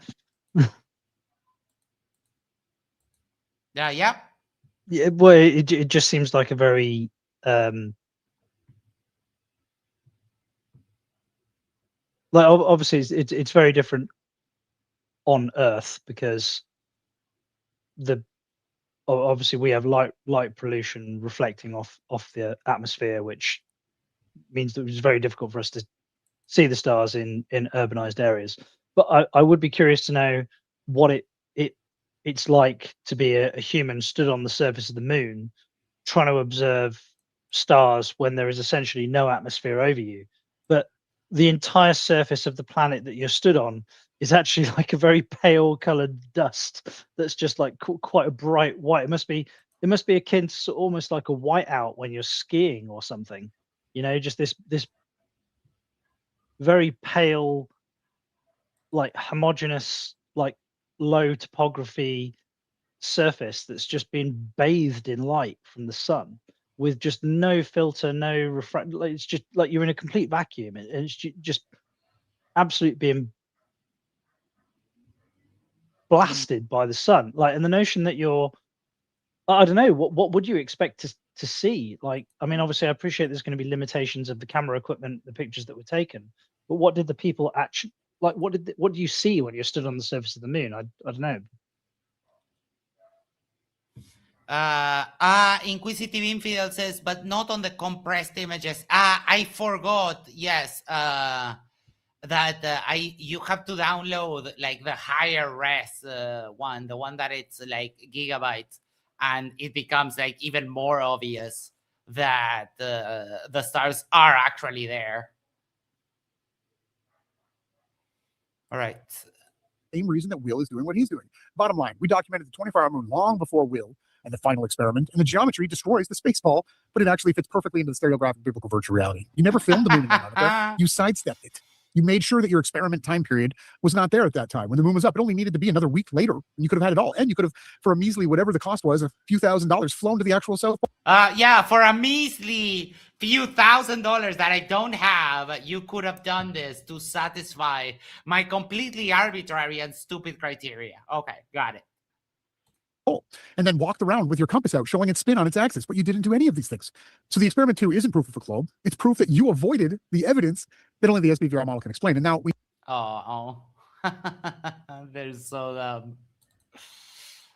We have these graphics here that Jason's put together. So the main thing that I want to simply put before I turn it to you to explain this graphic, the fact that if we were created in a Big Bang by accident cosmology where everything exploded from nothing, Gigantic strawman, but we already covered that, so I'm not going to go into it again.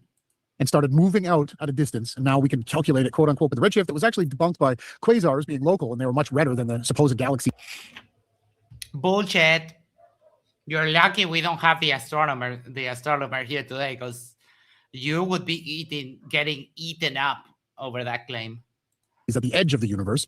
The fact that all of this happened, but the very precise movement of the Earth and the Sun and the Moon perfectly working together while spinning around the Great Galactor, right, which is our center. They say it's a black hole, but you can't see black holes. The Milky Way galaxy, spinning around that galaxy, flying through the universe, but yet we only ever see one face of the Moon. That it perfectly aligns, that it perfectly moves, everything's spinning, everything's moving in all different directions. The Moon has to speed up tremendously to catch around the backside of the Sun as it's traveling. Tremendously, not tremendously.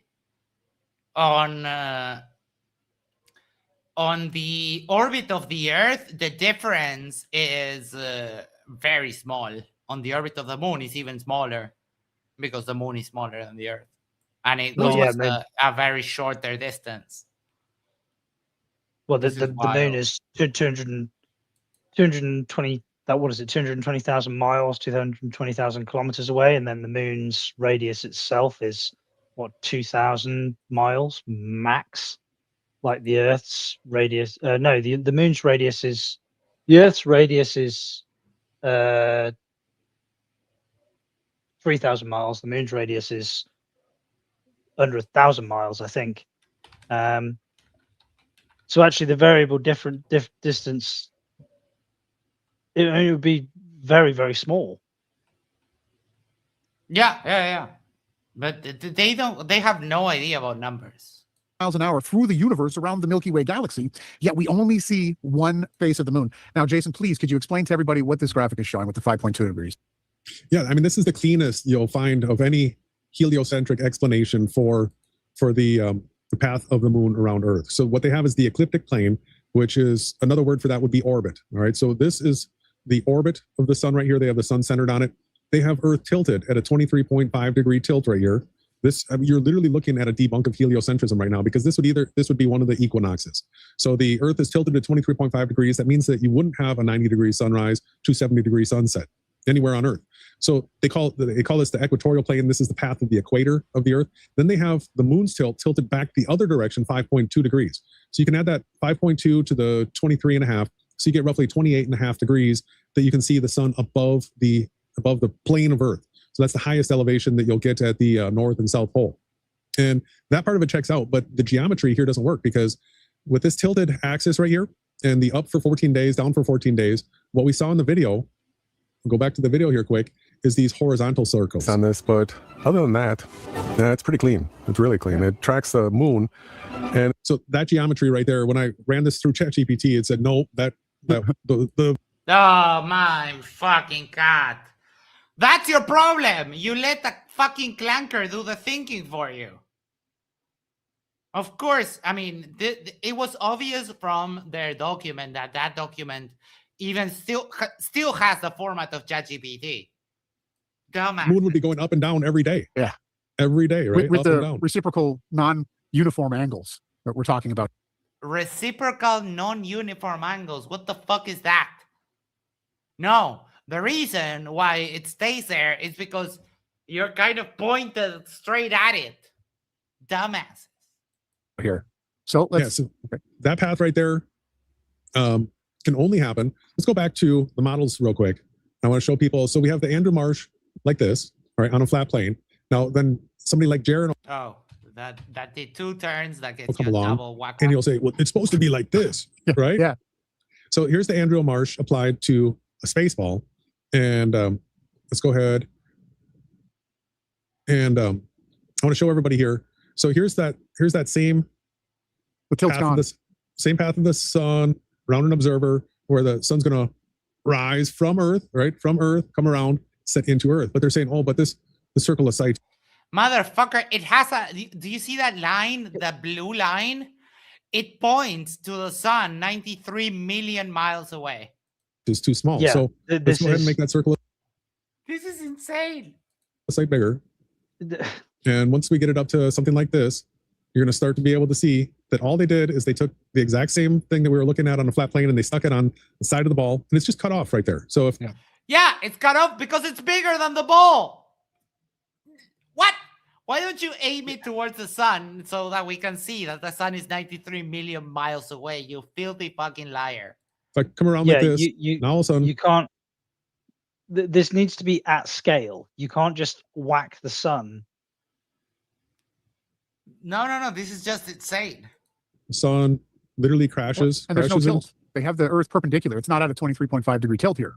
Yeah, and then if somebody says, well, It is. You're just centered on like the Earth. No, like- I think what he's talking about is they so like if you look at it here, like if the Earth, if they, yeah, I appreciate, like, we're looking at the Earth centered on the axis, which is why the Earth is sat perfectly vertical.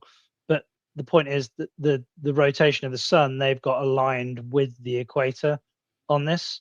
Like if the Earth, yeah, but it depends on what they have. I don't see well, the date. yeah. This is obviously isn't not big an enough, it's gotta accurate model. No, it is an accurate model. That's why he's not panning to the right, so that you can to show that the sun is 93 million miles away. go all the way around. Well, this is the largest that they can make it, and when you look at this, you will see. There we go. I gotta get hold of this. So it'll come around here. They're debunking themselves, bunch of dumbasses. And look at where the sun is. So, like I said before, on this flat plane, in order to get all these measurements to 100th of a degree accurate, it has to be this circle right here, because it's continually rotating like that. Well, the same is true right here. And look at what they have to do when it comes around here. I mean, it's just barely getting around the backside of Earth right here to go around it this way. Completely debunking your model. Clip that. Yeah, but yeah, there's. Yeah. Well, this model doesn't account. This is a globe model. Yeah, no. They're misusing it. I get that, but but basically, but they're not.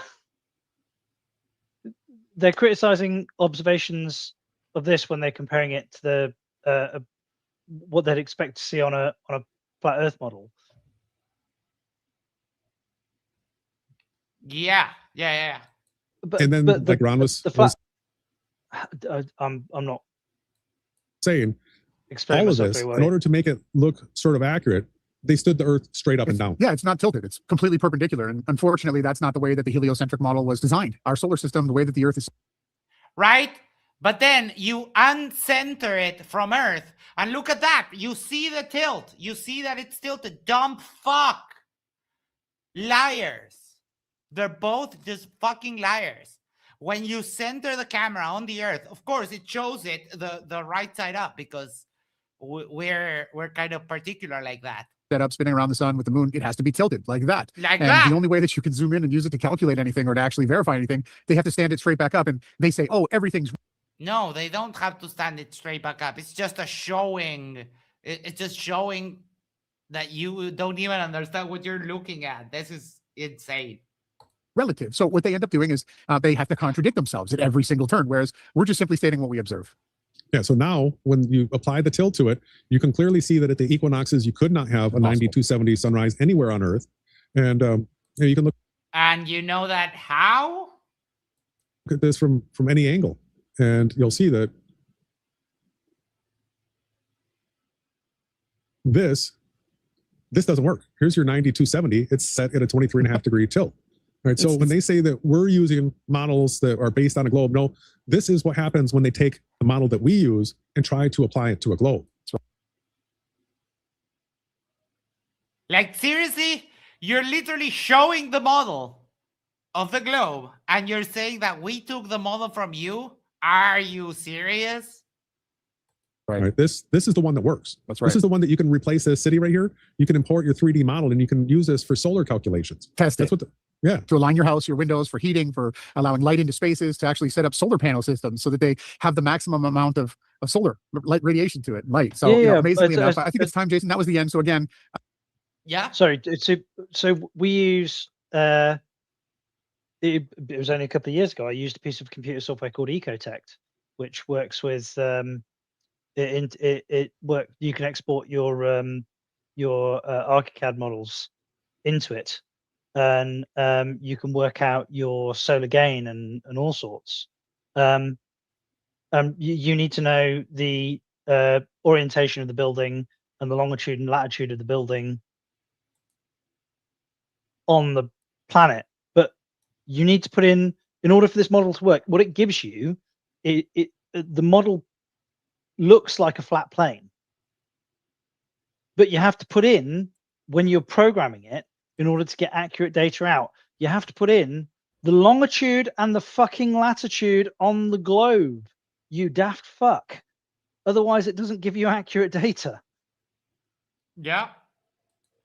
No, this is like the Dunning-Kruger of this is just off the charts. Experiment number 2, the fact that the moon's tilt with the Earth is tilt, the fact that we only see one face of the moon, it completely confirms that we live in a programmed reality created by the creator, and it matches again with the Book of Enoch explained roughly 5. Oh, for fuck's sake. You can't invoke the creator and the Book of Enoch in the same sentence. 1,000 years ago, long before Will Duffy was around. I think he might have been around back then, but we don't want to talk about the kind of character he was probably then. And again, we were long ahead, showing that the moon stayed above the horizon. Will Duffy didn't even know this video even existed. He couldn't even find it. He said, oh, that's because the Earth isn't a globe. Well, unfortunately, the video did exist, and it actually backs up the SPVR way better than it does the spinning, wobbling No, it doesn't. You're just lying again. sphere. I mean, here's another one of the luminaries, probably like Venus or Jupiter, and you just see these going around in horizontal circles around you at the poles, right? I think that's a deep. Yeah, exactly what you would expect if you were standing on the axis of rotation of a sphere. Song break, and then we'll get into number 3. These two start to get a little quicker, everybody that's tuned in, so bear with us. No. Hell no.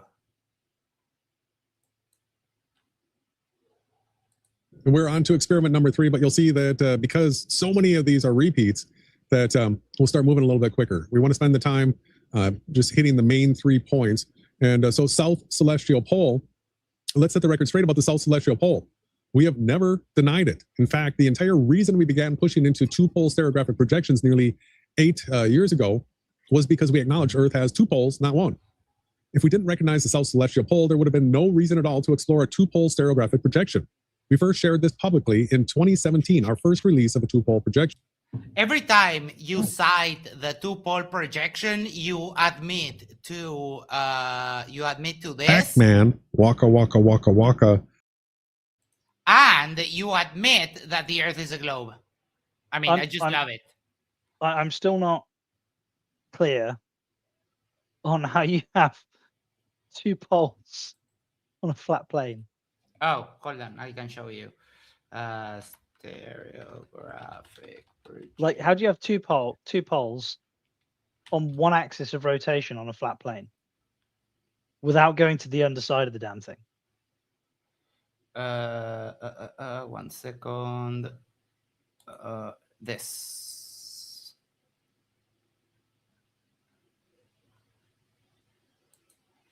They have one that is a little bit more like interactive. It allows you to like click anywhere and it will center. But this is what they think. The problem is that, like, look at all of the transforms that you need to do in order to basically transform a 2-pole, basically a sphere into a 2-pole system. And the one thing that they admit is that it has 2 scales. It has one scale from like here to here, halfway, and then another scale from halfway to the pole. Well, their problem's even worse than that. You look at all the like, this is clearly a sphere unfolded. Yeah, so this is exactly what I was about to say. The scale problem is they've actually got an infinite regression with regard, like an infinite. Look at the size of Australia here. They've just decided to arbitrarily give it like scale 1, 2, and 3 in the same way as on a planet with 24 segments like a big fucking orange. We've just arbitrarily given it 24 time zones. Actually, the time zones on a planet can be cut down into infinitely small slices. So if you try and maintain scale by flattening out a sphere, it becomes. But this is exactly why we have the topographical problem with maps representing them in books. Then maintaining the scale, correctly, it's an absolute bloody nightmare. Yep. So I still. Dragon Sword says, "Is this Max's stream?" No, I don't know who that fucking Max is. Fuck that guy. Sorry. Yeah. So they basically. Yeah. So of course, so here's the equator coming through the middle of Africa and the north end of South America. Yeah. Cuts straight through Thailand, Indonesia. Like, yeah, they basically cut the planet in half and punched it flat into two discs and then like hammered it together and just like lapped them over in the middle and called that a two-pole. But that doesn't explain the planes of like rotation. No, it doesn't Like, 'cause it explain anything. Well, 'cause it can't, like- It doesn't explain it. Like, why is Australia bigger than all of South America? Or like, why is Australia bigger than fucking Africa? Well, if this, in order for this to make sense, then what would actually have the sun and the moon would actually have to perform a figure eight pattern, traveling around the two poles, but they would also only have to be visible either at the North Pole or at the South Pole for 6 months of the year, despite the fact that you've got a plain straight line of sight to the space above both the North and the South Pole on this flat plane. Yeah. So what mechanics are driving this figure of eight?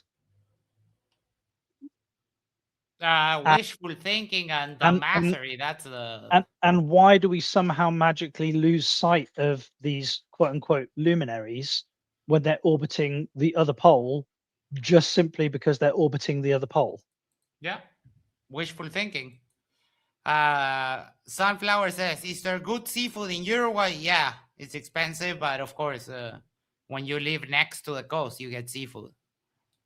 And since then, we've only refined and strengthened our understanding. We've got a link here. Let's check it out.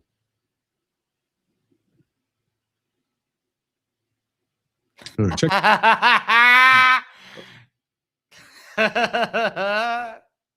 This is what they think their map is. This out. So this is a two-pole stereographic projection. Now, fortunately, we've been able to come across a tool that allows us to move ourselves around, and we're not stuck to this one single orientation, because this right here is a two-pole stereographic projection centered to France, right? The edge of France and Spain right here. But this was April 12th of 2017. Right? This is the reason why Ron and I know each other. We both realized the Earth has two poles. We both went looking for stereographic projections. The first one that we found was the CS Pierce 1894. And then we came across this version here, but as you can see, we had to chop it up and rotate it in order to come up with this orientation that is like the CS Pierce, where you have the prime meridian in the center. So this is a two-pole projection, but now we've got the tool where we can center it anywhere. And so you'll see here, if we use an rectangular and we center it to France, there we go. There is the projection that we were. Gee, I wonder why Antarctica is divided half on one side and half on the other side. And It's I wonder almost why. like if you wrap them around a sphere. Yeah. I don't know. It's almost like I've never seen, South America as like an S or Africa as like an S. I don't know. This is very, very weird. We're using all along. Yeah, it separates Antarctica, half pole on each side like this. But we understand Earth to be a virtual reality. Right. Virtual reality. So what happens if you go straight to the edge, straight to the middle there, and you take one more step? Pac-Man, waka, waka, waka, waka. That's what you get. Based on what I'm looking at with South America here, Max, you must be like very uncomfortable, like with the way your body must be distorted and twisted. Yes, I mean, it's bad. No wonder your cat is so fucking angry. Oh, Sunflower appealing to the dummies. These people are actually very creative. It's impressive. Yeah, if you're a moron.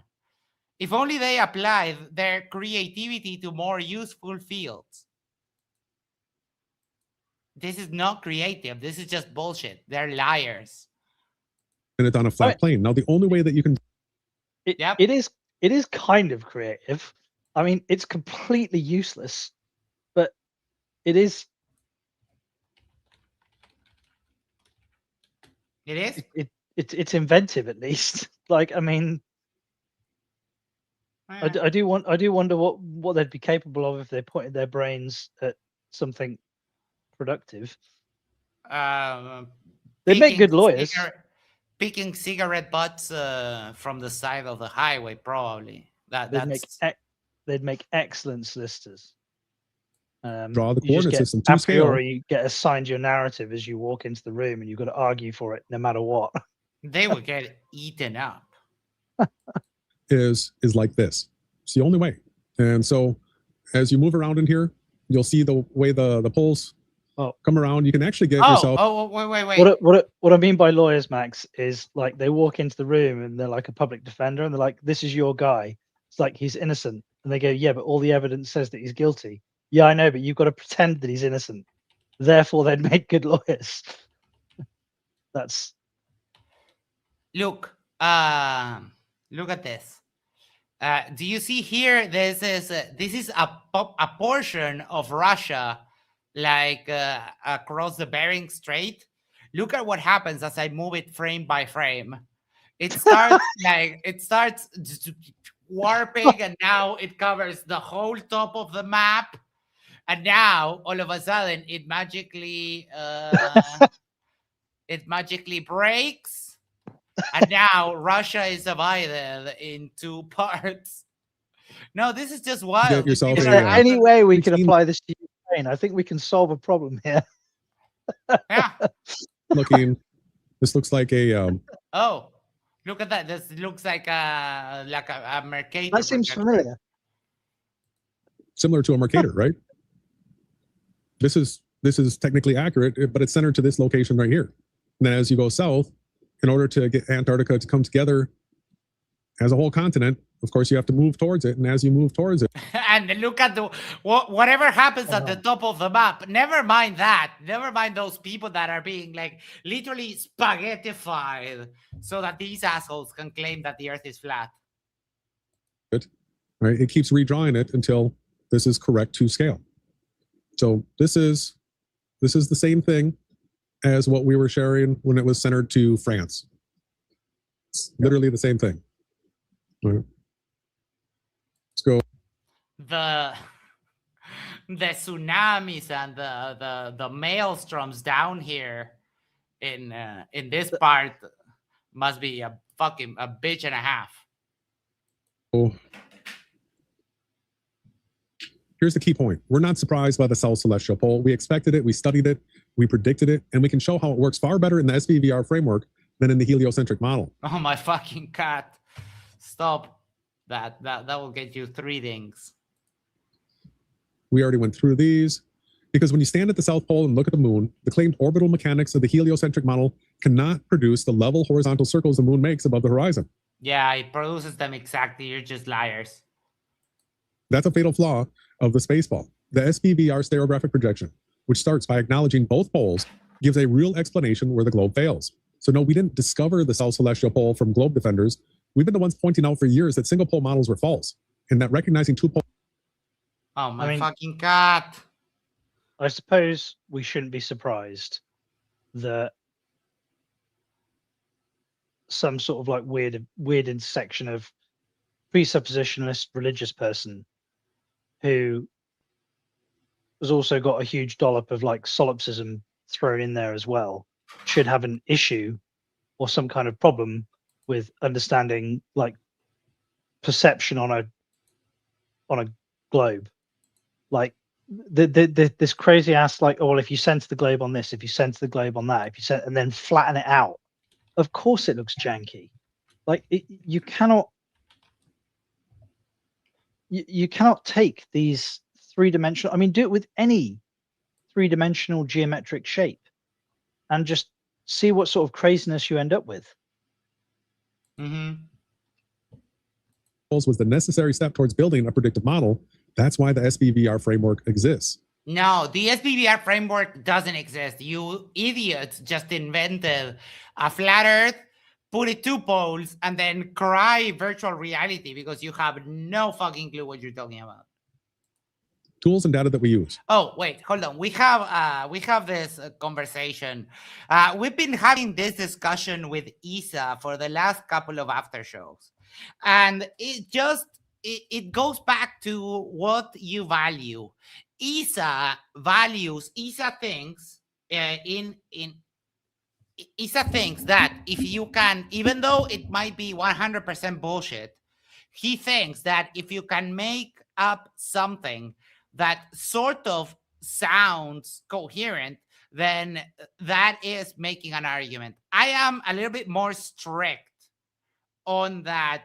In order to consider someone actually making an argument, the argument has to be like valid and sound, right? I don't think if you come to me and you say, oh yeah, the earth is flat, has 2 poles, yada yada, like whatever these 2 doofuses say, I don't think they're making an argument. I just think that they're making up shit. So I wouldn't consider what these 2 dumbos do making arguments. Well, but without wanting to dive down a JTB plus philosophical rabbit hole. So, for example, Issa and I are probably more aligned here in that, like, I'm one of those people that state that the claim itself constitutes evidence. It's shit evidence, but the claim itself is a piece of evidence. Whereas you, on the other hand, seem to think that, yeah, I know you hate it. I know you do, but that doesn't change the fact that I'm right. But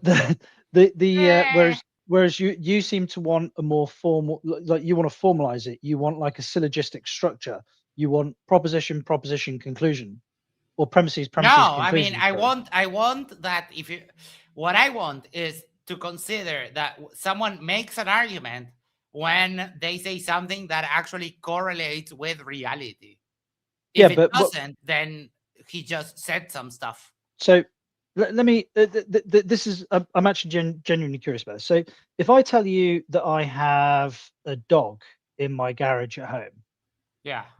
Is me stating that I have a dog in my garage at home, is that evidence? No. But it's a witness statement, right? It's a claim. Yeah, but it's also a witness statement. Like I've seen the dog in my garage at home or my basement or whatever, and now I'm relaying that information to you. So is that evidence? Is a witness statement and a claim, or not? Is a witness statement evidence? No. And what's the difference between a witness statement and a claim? Because a witness statement is a claim that they've observed something. Right. Now, so what's the difference? I guess there it would be like, okay, we're making the claim. I have a dog in my garage, right? Yeah. It could you could also consider that we have the claim, and then the same statement would also count as we have one eyewitness that says a thing is happening, aka I have a dog in my garage. Yeah. So I mean, it can be 2 things. What I consider is that is not enough to consider that you made an argument. I think that you just said a thing. Yeah, that's fine. But what I'm so it sounded like what you're saying there is that, like, if I own a house and I've got a dog in my garage, and I say to you, I've got a dog in my garage, then I'm making a claim. But if a person walking down the street walks past my house and goes, oh, look, John's got a dog in his garage, and he tells you that so my claim is just a claim, but it's not evidence. But the person who has witnessed the same thing as me and relays exactly the same information, but because they come to you second and go, I concur with what John says, that is evidence. Right. But there's no functional difference between what I'm telling you and what they're telling you. It's just who gets to you first. But like if they got to you first, they would make the claim that doesn't count as evidence. And then I tell you that I corroborate them, and therefore that counts as evidence. Yes. But they're both evidence. They have to both be evidence. They're the same thing. Yeah, but the problem for all is of X, that X the equals problem X, is the interaction between when you make the claim that gets you into something like this. When you say that, yeah, I am the citation. Get the fuck out of here, dipshit. That's the problem. The interaction between, okay, I am the claimant and also the witness, it doesn't work. Like, that's why we say, for example, stuff No, no, no. like, you can't use So- the Bible to prove the Bible. Legally, I agree with you, but I'm not talking legally. I'm not making a legal distinction between the claimant and a witness statement that corroborates the claimant. I'm just talking about, like, let's say nobody saw the dog in my garage, and I just made a claim that there's a dog in my garage. Then outside of you, like, you can't say there's no evidence that there's a dog in my garage, because there may actually be a dog in my garage, right? It's logically and physically possible that there's a dog in my garage. Yes. And me making the claim could in principle be true and might actually ontologically be true. Therefore, it must count as evidence. It can't be anything other than evidence. It has to be. No, I don't think so, because, like, okay, how would that work if it wasn't a trivial claim? If it was something that, oh yeah, we would have to verify. Oh, we got a PhD Tony in the house. Hello, Tony. We can't hear you, Tony. Sorry. No, I felt you sighing at me, though, if that helps. It doesn't matter to me. It doesn't matter if you consider it a claim or whatever. That's fine. The problem is that I don't like. Yeah, okay, you made a claim. Now I need the evidence to support the claim. That's always the problem, and they don't have it. They don't have evidence.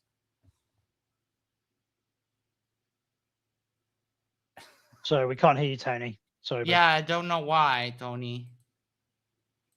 Let me see. Refreshing. Okay. Stellarium, SunCalc, MoonCalc, Andrew Marsh's 3D Sun Simulator all produce azimuth and altitude data of luminaries accurate to a hundredth of a degree per second anywhere on Earth, any day of the year.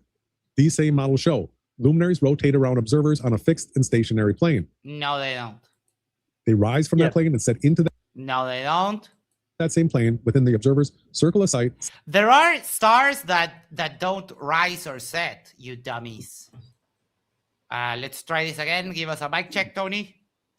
Can you hear me now? Hey, Yes, yes, sir. we've got you now. Yeah. Welcome. How are you both? Doing awesome. Very well. So I just wanted to take a little bit of issue with what John was saying on a couple of levels. One, the example that you're giving is an example where you are applying testimony about something you may be expected to have personal experience of. Yes. And therefore your statement may be interpreted as a direct witness statement and may be interpreted as evidence, but that doesn't generalize to every claim is evidence. So your statement was every claim is evidence supporting that claim, and I don't think that that's true, because you may be making a claim about something that you don't have any knowledge about, you don't have any experience of, and I feel that that's the case here in the flat earther example where they're claiming that Earth is a virtual reality. They don't have any experience of that. They don't have any evidence for it. So I disagree sort of philosophically with the claim that the assertion is evidence for the assertion. Is that reasonable? I think you're leaning into what Max was probably about to go with, which was the distinction between a trivial and a non-trivial claim. So, for example, if I stated that I had a fire-breathing dragon in my garage, you would go, well, that's not evidence because we know fire-breathing dragons don't exist. Therefore, it's not possible for you to have witnessed what you claim to have witnessed. Well, I think the issue is the standard of evidence required to support the claim, because we're instantly skeptical about that. So I think the problem that we've got here is it's the distinction between we've had it so beaten into us, the evidentiary standard from a legal point of view compared to the evidentiary standard in pure, like the pure belief state, the like pure philosophy in terms of like a witness statement. Our perceptions of everything is first person to us. So what I would say is that when somebody makes a claim that is logically impossible, for example, that they have seen a married bachelor, I wouldn't consider that to be evidence because it is logically impossible. There is no universe in which that could exist, given the understandings that we have of the definitions of being married and being a bachelor. Mm-hmm. Given those prerequisites, impossible. So I would not count that as evidence. I would consider the person to be delusional. Right. So what we're talking about here is where do we go from evidence to delusional? Where's that transitional state? And when people are making claims about, so for example, here when they're claiming that the Earth is flat, I think they're delusional because I observe the Earth not to be flat. But that's a conclusion that they've made, not necessarily an observation that they've made. They've made observations that lead them to the conclusion that the Earth is flat. So the observation can count as evidence for the Earth being flat, even if their conclusion is complete bullshit. Well, I would say, but again, I feel like you're conflating in the sense that, and this perhaps is throwing the discussion off kilter a little bit. So I'll make this point for the last time. I feel like I have evidence that, well, I believe the Earth is flat because of this, this, and this. The this, and this are the evidence, but I believe the Earth is flat is not in and of itself evidence. That somebody believes something isn't necessarily evidence for the thing being true. Yeah. So the conclusion in this case, so for example, we could say that the evidence here is I witnessed Dave walking down the street covered in blood holding a chainsaw. Yeah. Right. And the conclusion is, well, when the police rocked up to his house, they found his wife dead in the bedroom. Mm-hmm. Well, the conclusion is Dave murdered his wife. Now, just stating that Dave murdered his wife isn't the evidence for it, but him walking down the road covered in blood carrying a chainsaw is, but it's also perfectly reasonable to expect that Dave, by pure coincidence, was felling a tree in his neighbor's back garden and there was an errant squirrel that got in the way. You know, it's concordant with the conclusion, therefore it's evidence for it, but the conclusion itself doesn't count as evidence. So at no point would I ever have said that their conclusion, just a bold assertion that the Earth is flat because they've not directly observed it. But and this is it's a really hyper specific, and it just bugs me a little bit when people say there's no evidence for something, because any observation that we make that is concordant with a conclusion counts as evidence for the conclusion, even if we have evidence that more vociferously exerts in the opposite direction, i.e., for example, well, yeah, like with the flat Earth, we've physically been to space. We've observed the spinning planet, which is much stronger evidence. So there are two levels on which I think you're operating here, and one of them is a point that I think gets overlooked a lot: the distinction between evidence and good evidence, or evidence and bad evidence. Not all evidence is created equal. And in particular, from a scientific point of view, what we want is exclusive evidence that is either exclusively, if we've got two hypotheses, evidence that is exclusive. Yeah, to one of the hypotheses. For instance, you can look there. We can demonstrate that flat Earth approximations work really well on small length scales. Okay, yeah, of course, yeah. That to some extent can be used as evidence to support a conclusion of flat Earth, and indeed a lot of flat Earthers use it. But it is not exclusive. Annoyingly so, yeah. But it is not exclusive to flat Earth, because if the radius of the Earth is large enough, then the same thing holds. So yeah, the point you're making, I think, is a very important one in two levels. Sort of, there's a difference between evidence and exclusive evidence. Yeah, so it's complete. So a lot of people say, "Oh, it's mutually exclusive." Mm-hmm. So, like, you can have, but there's actually the end of the rejoinder is actually jointly exhaustive, which means not only. So it doesn't just exclude the two propositions that are being, like, let's say you've got proposition A and proposition B, right? Well, if it's mutually exclusive, then it only applies to one of the propositions. But jointly Yep. exhaustive means that it excludes all other possible propositions as well, which Yes. means that there is no other reasonable probable conclusion that we should come to. And yeah, it's an, again, seems really pedantic, but it's an important distinction to make. Yeah. So I firmly agree with you about the difference between good evidence, exclusive evidence, and the standards of evidence that we hold to. And just saying there's no evidence is kind of dismissive. But I will still disagree with you, though. I think it's a matter of philosophical nicety that I don't think an assertion itself can be evidence of itself. Well, the reason that I raise it is, so for example, it's the distinction that Max which was made, which is a completely reasonable and valid one, which is the distinction between trivial and non-trivial. But the distinction between trivial and non-trivial is of a time and of a place outside of logical absolutes. So, for example, if we go back like 4,000 years, where it was it was de facto assumed that the planet was flat, right? Then to make an observation that the planet was flat would have been considered trivial, despite the fact that it's dead fucking wrong. Yeah. So if I were to tell you that I've got a dog in my garage, and we know that people have dogs, we know that people keep them in garages because they shit on the floor. You know, it's completely reasonable and totally normative, like normal claim, not normative, but a normal claim to have made. But if I told you that I had a fire-breathing dragon in my garage, then we're very, very confident, and I would suggest no, that fire-breathing dragons do not exist. Therefore, it is a non-trivial claim to make. But that doesn't. But that both claims are still evidence. And just because something is trivial or non-trivial doesn't mean that the claim isn't evidence. There's no functional distinction between the two.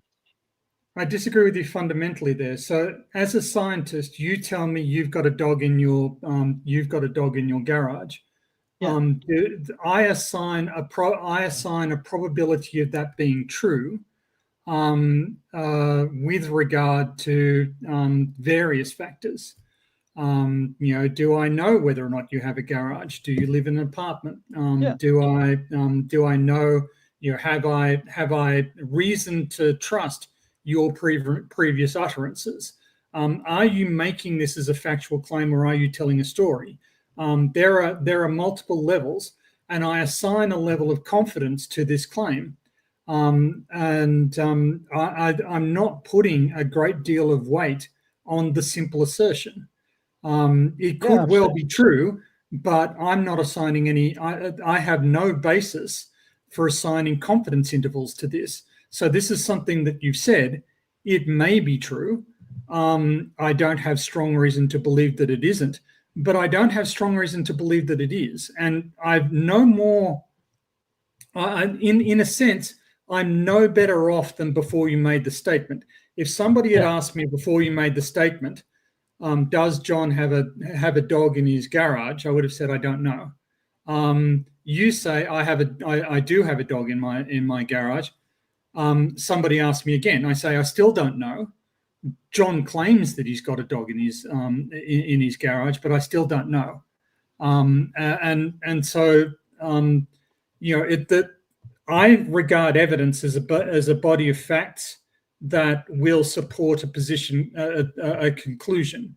You making a claim doesn't fall into that, though. Eyewitness testimony about what a person experienced in a formal setting with appropriate penalties for perjury or misspeaking, that's a very different. So eyewitness testimony is functionally different. But anyway, we've slowed this down and we turned this into and there's a cat. So you know, I think. Can you guys hear me? Yes. Hello. Yes. Hello.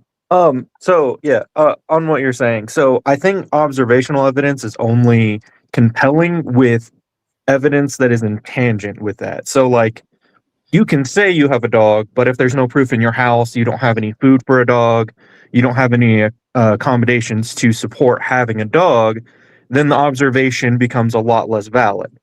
But when you make an observation and then someone can see, oh, he has food for a dog, he has toys for a dog, then it becomes more substantial to be taken as evidence for something.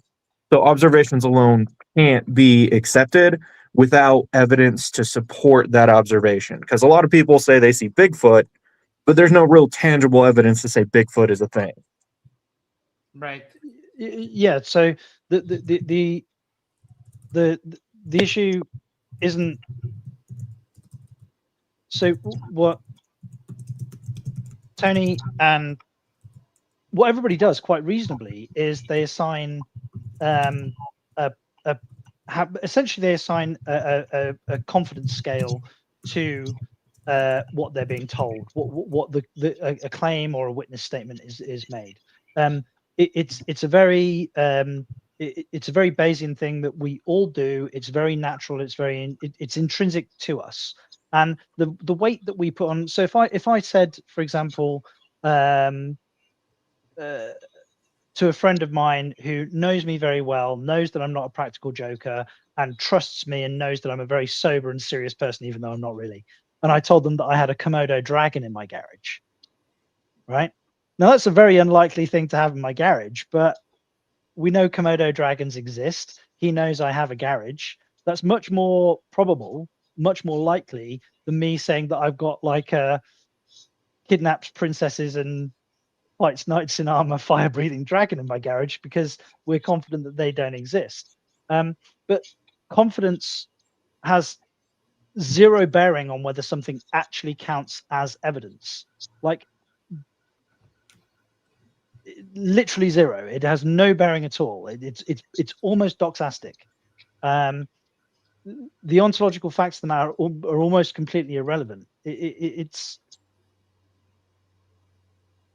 if I make the claim, it's evidence.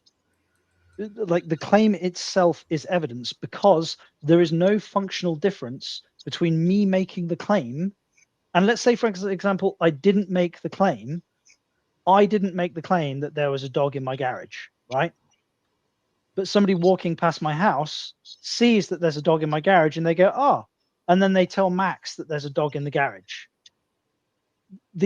What is the difference between me making the claim that there's a dog in the garage and another person making the same claim? Why is, just because they say the same thing after I've said it, why is theirs evidence and mine a claim that doesn't count as evidence? Because when someone saying a thing is a claim until someone actually verifies it and says, "Oh yeah, that thing he said, it's true." I witnessed. It's the substantiation. If I can perhaps expand on so evidence is a body of facts in support of a claim. But the claim itself can't be evidence of itself because the claim needs to be pre-existing. Now, it doesn't matter which order you're talking in. If, for instance, we talk to the second person first and they say John has a dog in his garage, okay, the claim has been established. That's the establishment of the claim. And we may now reasonably ask, how do you know John has a dog in his garage? Well, John told me, or I saw it, or whatever details. Or we can get testimony from you, and you say, I have a dog in my garage. That is evidence supporting the original claim. If you're making the original claim, that isn't evidence. That's just making the claim. Can I just clarify something? So what you said there is, like, if I so let's say I make a claim about there's a dog in my garage, and then you get a second person who comes along and corroborates, and you ask them, well, how do you know? And they say, well, John said. Well, I would say that's a second order claim because they're just reiterating what I've told them, which is that's hearsay. That's hearsay. Yeah, exactly. Yeah, now that's irrelevant to the. Yeah, that's irrelevant to the point that I'm making, which is that the claim is a separate thing. The claim has to be established, And then once it has been established, then we can look at the evidence supporting it. So that is what evidence is. Evidence is a body of facts supporting a claim. So Right? if I would like to ask a question here, because I think it's, so let's say you've got person A makes a claim. Yes. Doesn't matter what the claim is, person A makes a claim. Person B corroborates the claim and they state that they've independently witnessed it, i.e. it's not hearsay from person A, they've independently witnessed the same thing that person A witnessed. Yes. Right? So they've essentially said exactly the same thing. Person A, in the order of precedence here, A came first, B followed. So B counts as evidence in support of the claim, but they've both said the same thing. So does now the claim become part of the evidence?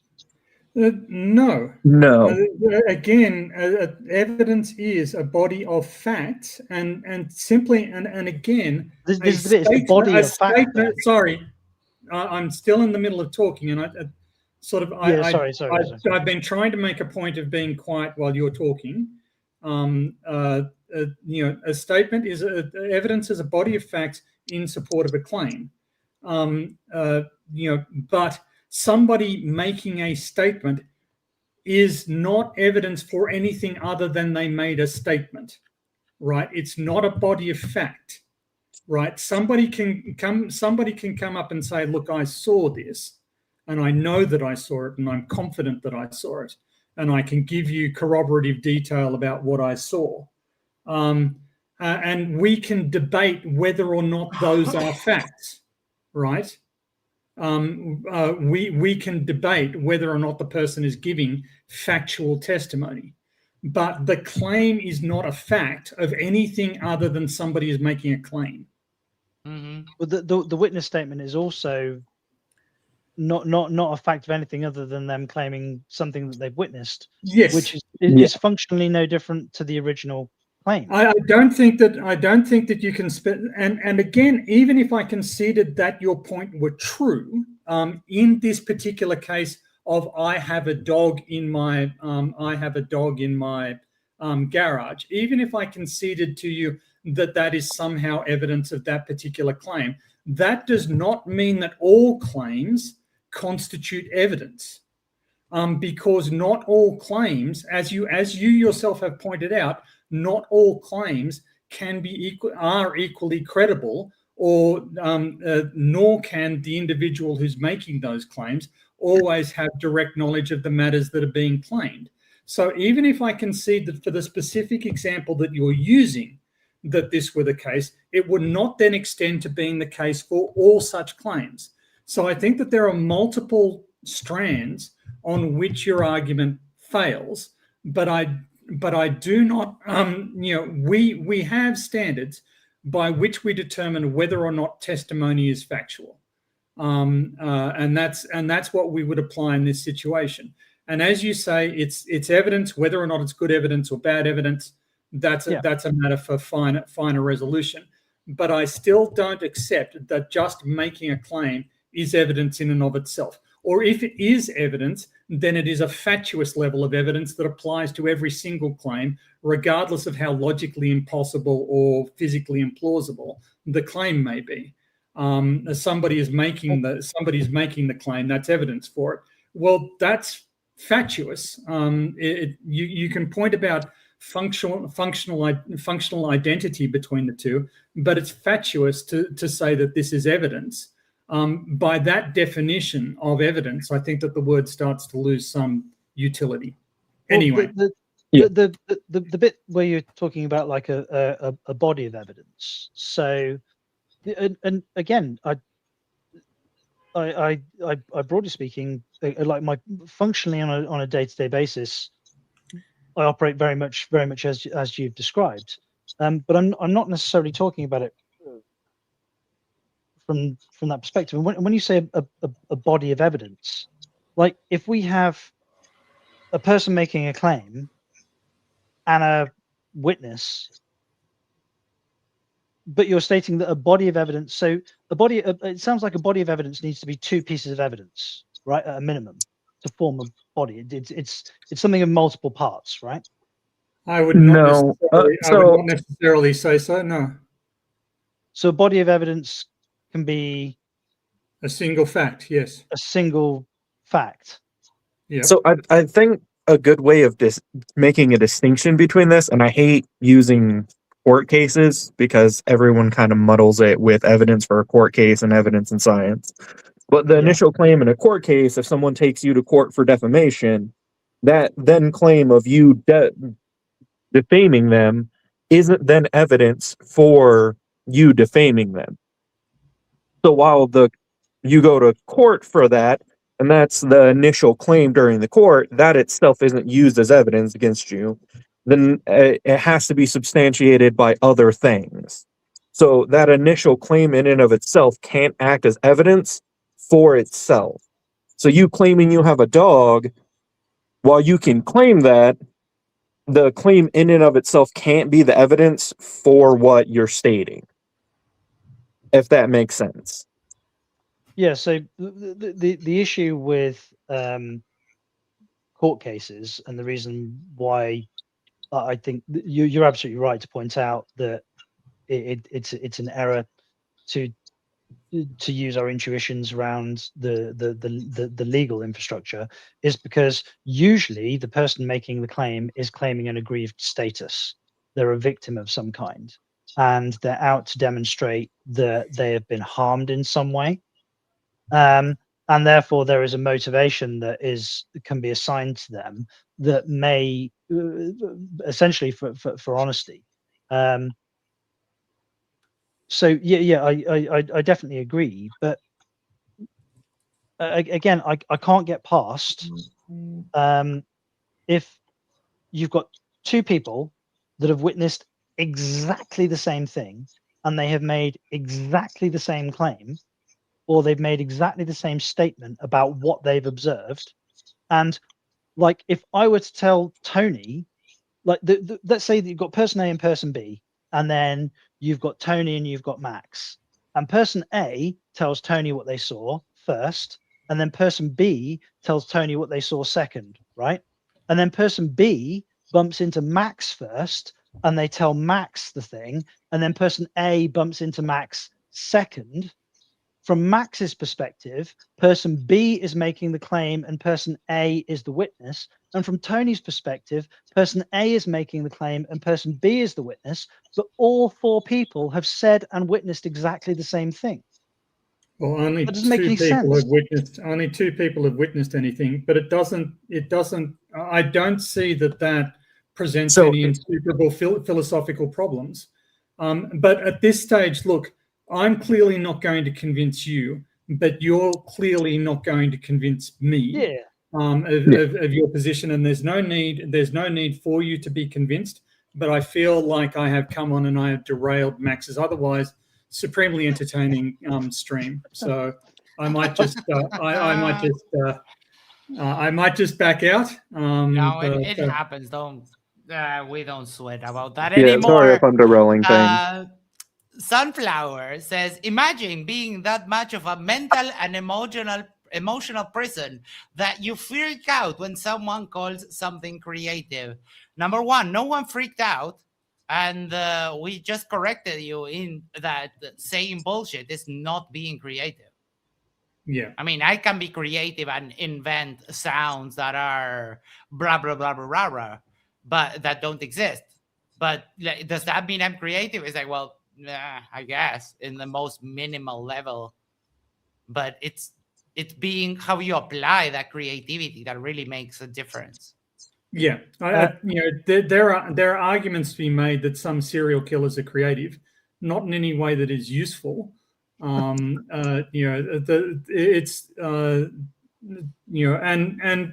delusional people can be extraordinarily creative. Right. That doesn't make them practical or useful.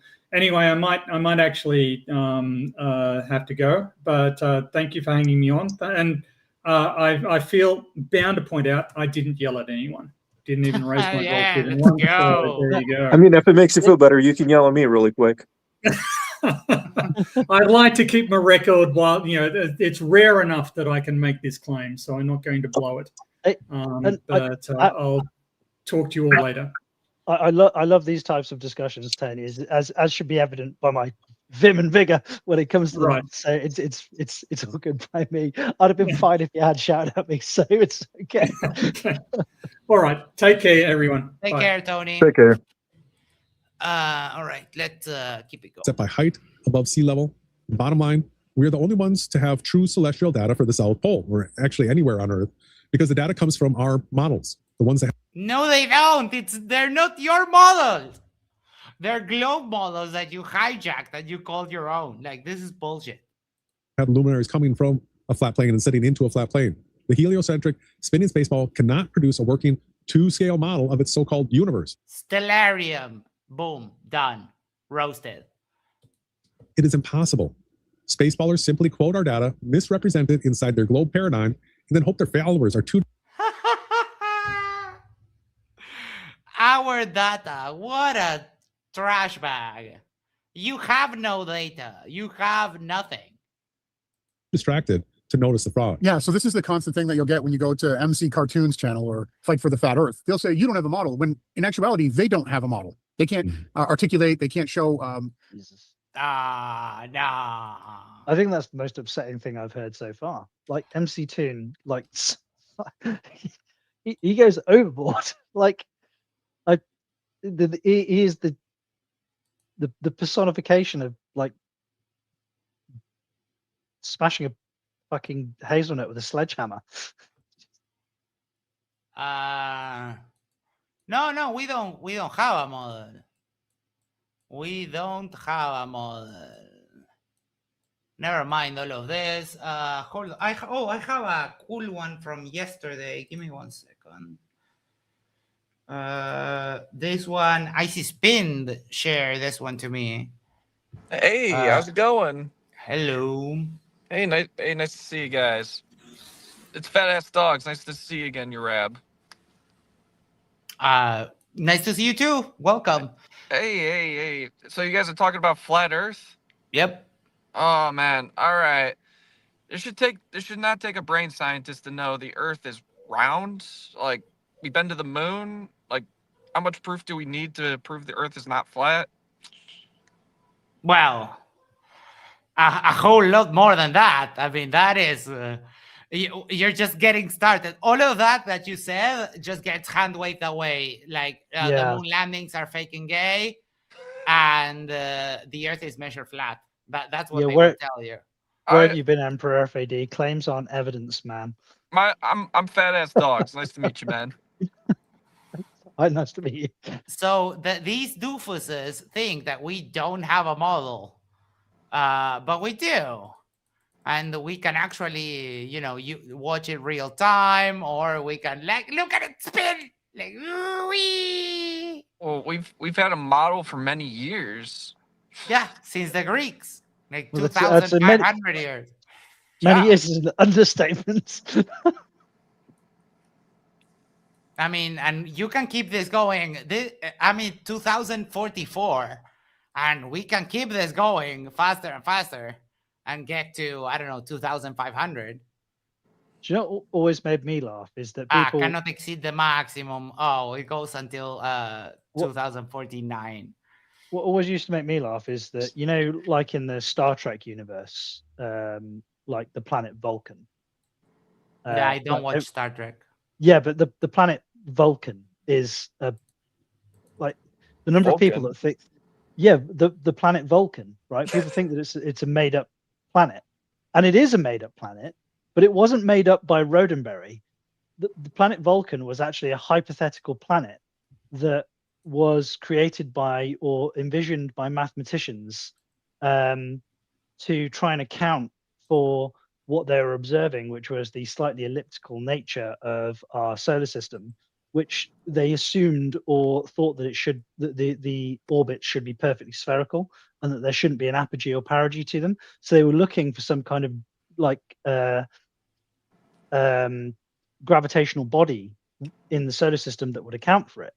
So they created this fictional mass called Vulcan, and they inserted it into their mathematical models. So it's weird. It's like every time I like. What's the point of this? Are you Well, are you trying to sorry. say they're using math to manipulate like the Earth being flat or something? Oh well, they try and do that all the time. I mean, they're dead wrong about all of it. But it's more just that science fiction has more to do with reality than flat earthers, if that makes Yeah. sense. Yeah. Like that's kind of the where I was going with it. Like yeah. Oh man, yeah. Distinctive movements of the luminaries wrapping around a sphere within the correct frame of what the heliocentric model is. They have to use the programs that show it on a small local scale. I just want to show everybody. I just showed Stellarium to you two doofuses. I went to the South Pole. You are showing Stellarium yourself, you dumbasses. Oh my god, this is wild. Here. And so after the equinox, you start having the sun doing circles horizontal like this. You have half the sun up, half the sun down, right? You can see half from the North Pole, half from the South Pole. And here you start to be able to see the moon. If this is when Duffy had gone, you would be able to start to see the new moon as soon as the moon starts to get far enough away from the sun. Look around at the rest of the sky because there's no direct sunlight. If we go back, Dumbass, that is in September. They went in December. What the fuck is he talking about?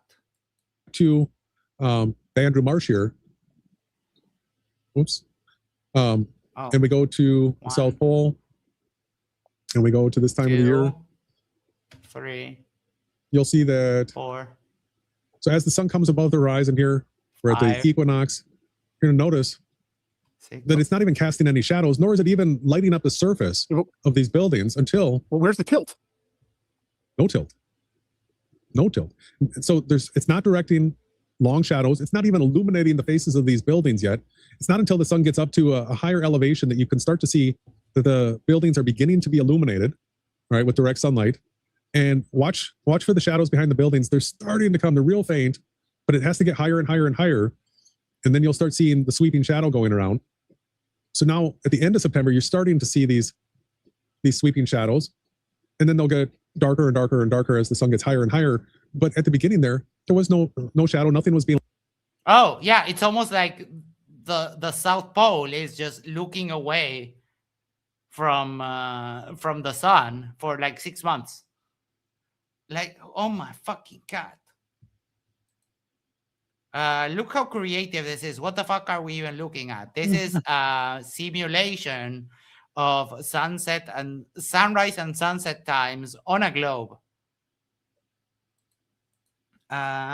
Big Fish says planet Vulcan in Star Trek is located in the real life star system 40 Eridani HD yada yada, an orange dwarf star 15.5 light years from Earth. Okay. Illuminated. If we go back to Stellarium, the sun's going around at the horizon. This would not be casting long shadows. In the heliocentric paradigm, this would be the time when you would have, as soon as the sun was above the horizon, you would have boom, blasting hard shadows, everything being illuminated. But let's go back to paying attention to our moon here quick, and the fact that we've got all this dark sky around. I mean, you can see the stars all rotating here, even though you see the sun here. And if I start spinning this, we'll go by the hours. I got to lock onto the moon.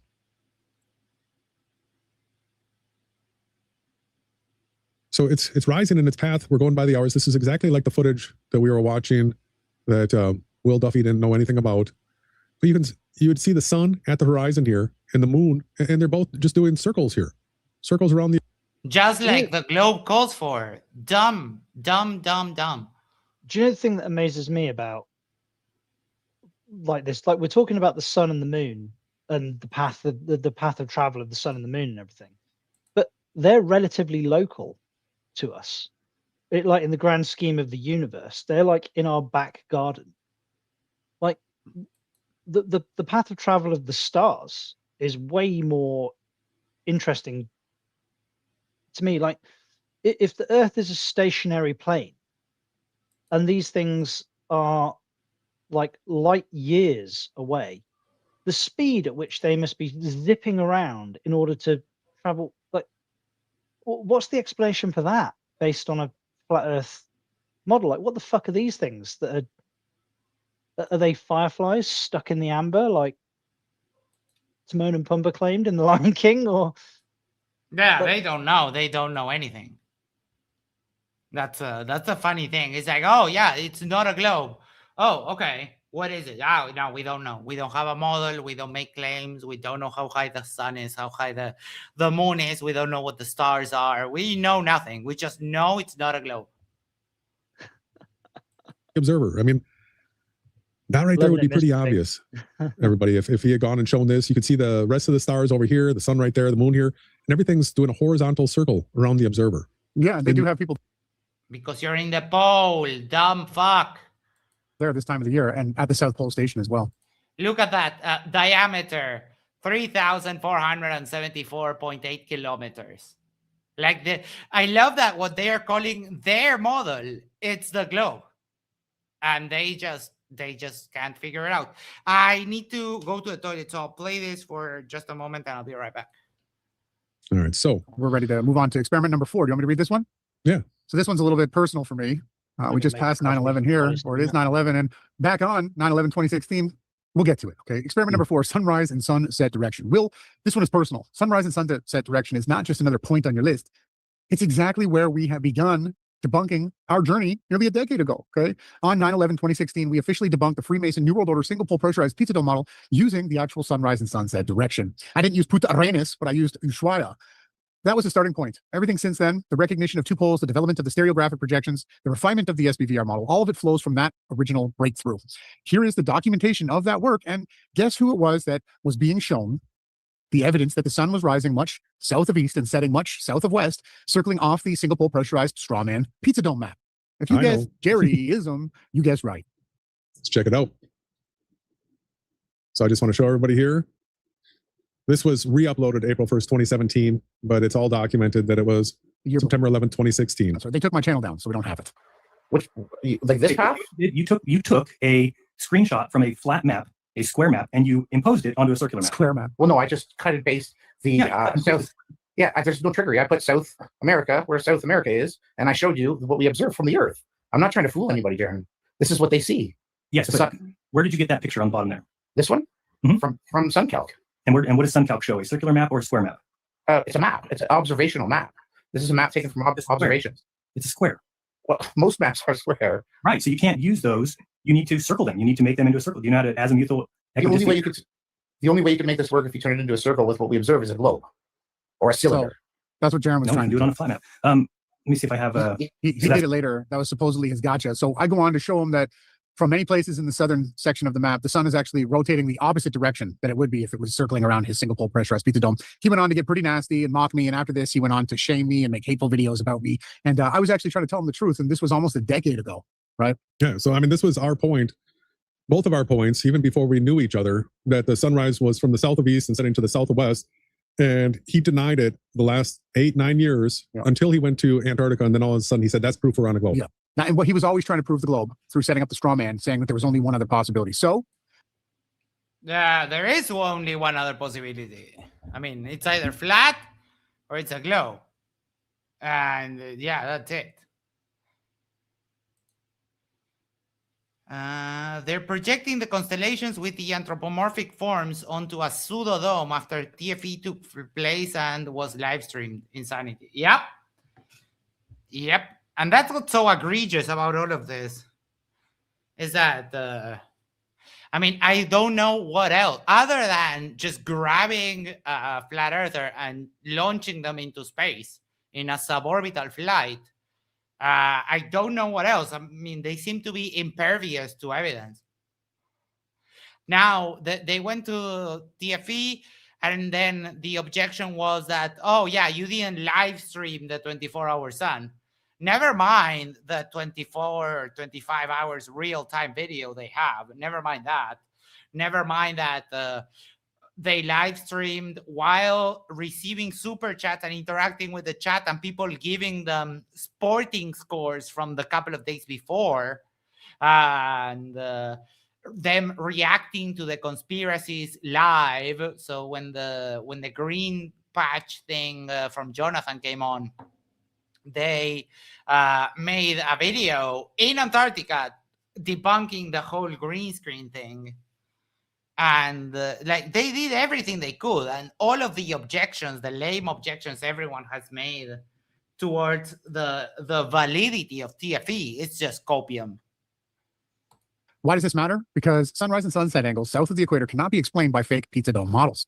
The model collapses under its own contradictions, and this is where we parted ways with the false dichotomy psyop, rejecting both the Spaceball and the Freemasonic pizza dome because neither matches reality. Instead, we advance toward Flat Earth is Freemasonic. Love that. I'll let my David, local chapter know. David makes a great point. Sure, Max, but what's the date? He did. It's mathematically impossible for planar surfaces to have a multiple coordinate poles. Yeah, I agree. And it doesn't match like the shape of the magnetic field. It doesn't match. There's so many ways to debunk this whole flat two-pole nonsense that you could just choose the one you like the most. Yeah, towards the SPVR framework, which Tony, handles Hey Max, before you continue, thanks for yes. having me up. I'm gonna drop out now. You got it. Thank you for coming. Take care. Bye. Yeah, I'm gonna have to go myself soon. Tony, Max did put the like an image of this two-pole flat plane model up. It looks suspiciously like somebody had basically cut the planet in half around the equator, punched it flat, and then laid the edges over one another. Yeah, it's fucking ridiculous. And if you use, I don't have the URL for that, but if you use the one that they were using, you can click on anywhere and it will rearrange the map so that it's centered on wherever you clicked. But it just causes like a whole bunch of messes with the outside. Because of course, even though it has two poles, it's a projection.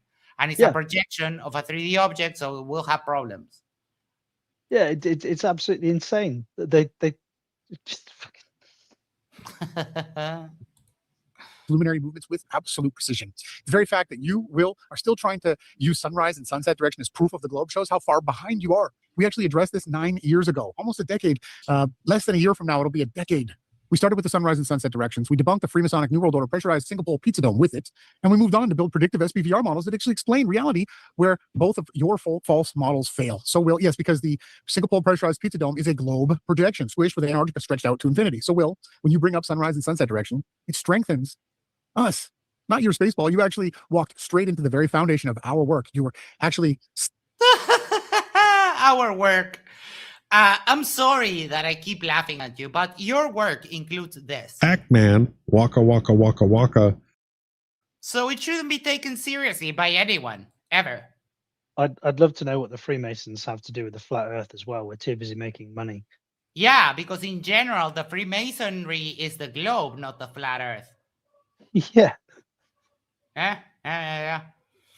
Oh, we have the Drunk Debunk Show raid. Let's freaking go. Thank you. Steel Manning our content when you bring up sunrise and sunset directions. Thank you very much. Yeah, so I just want to show people real quick.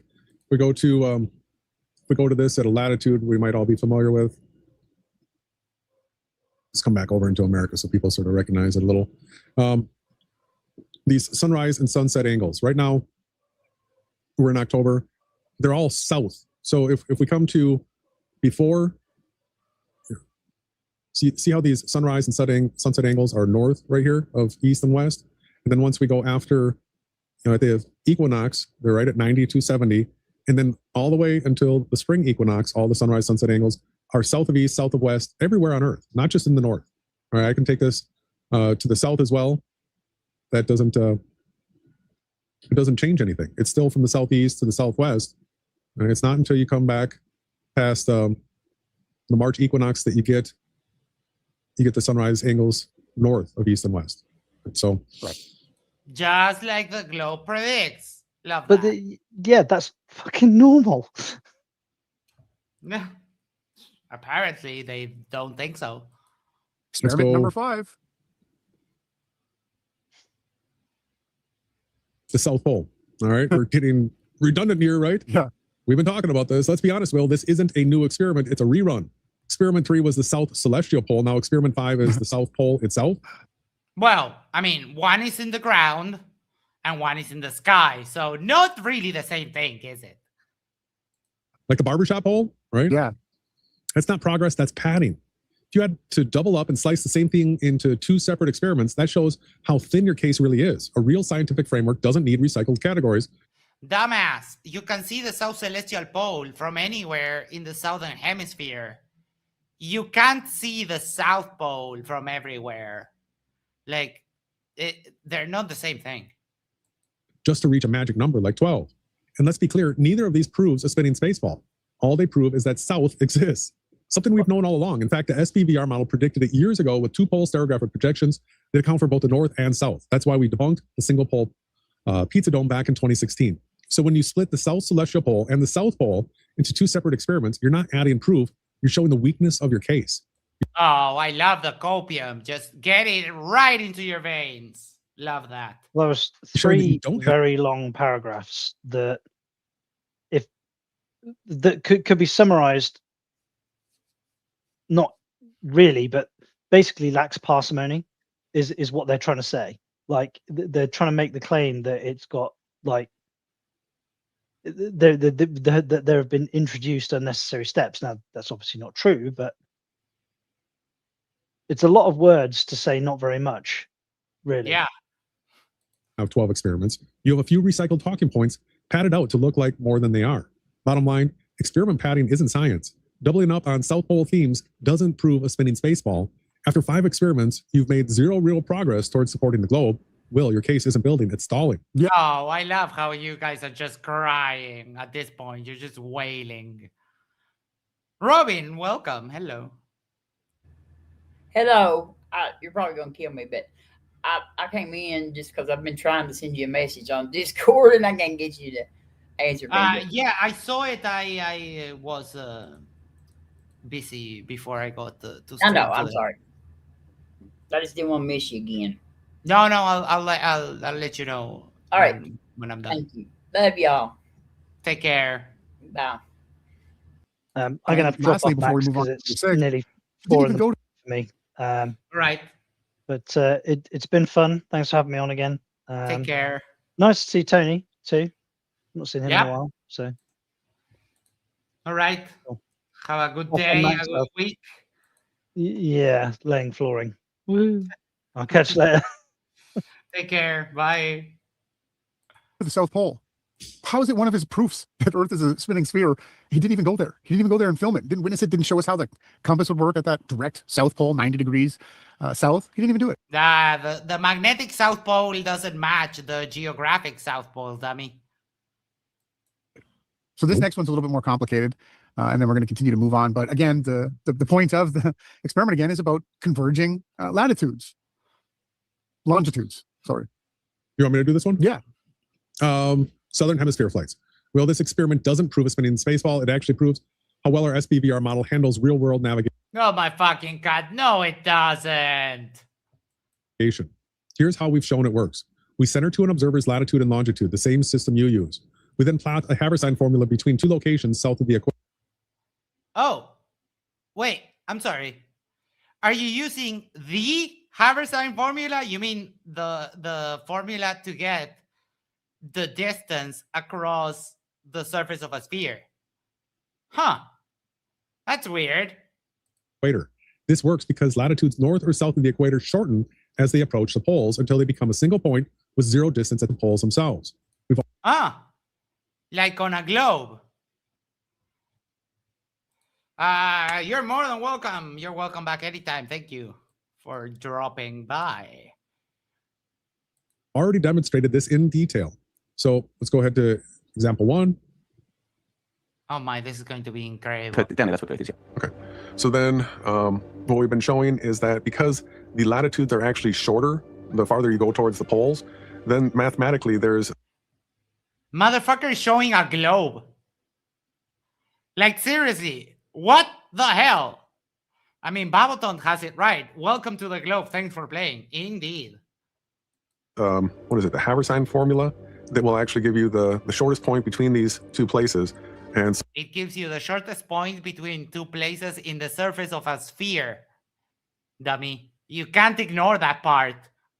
so the great circle route that you're going to see from any sort of globe type projection it looks like this on a plane. So we're showing something that is modeled to scale, right? And actually has the correct headings and distances and times and everything. So yeah, you asked to see it, and here it is. Yeah, we saw it. It's a globe. Thank you. So yeah, a person might be like, well, what is this? And I want to show everybody what that Wait, does Ronnie wear the same fucking shirt every stream? that is. And that is, I gotta get to. All right, so this is the thing that I was telling you about, how they think that their bullshit has two different scales because it doesn't work either. It doesn't work otherwise.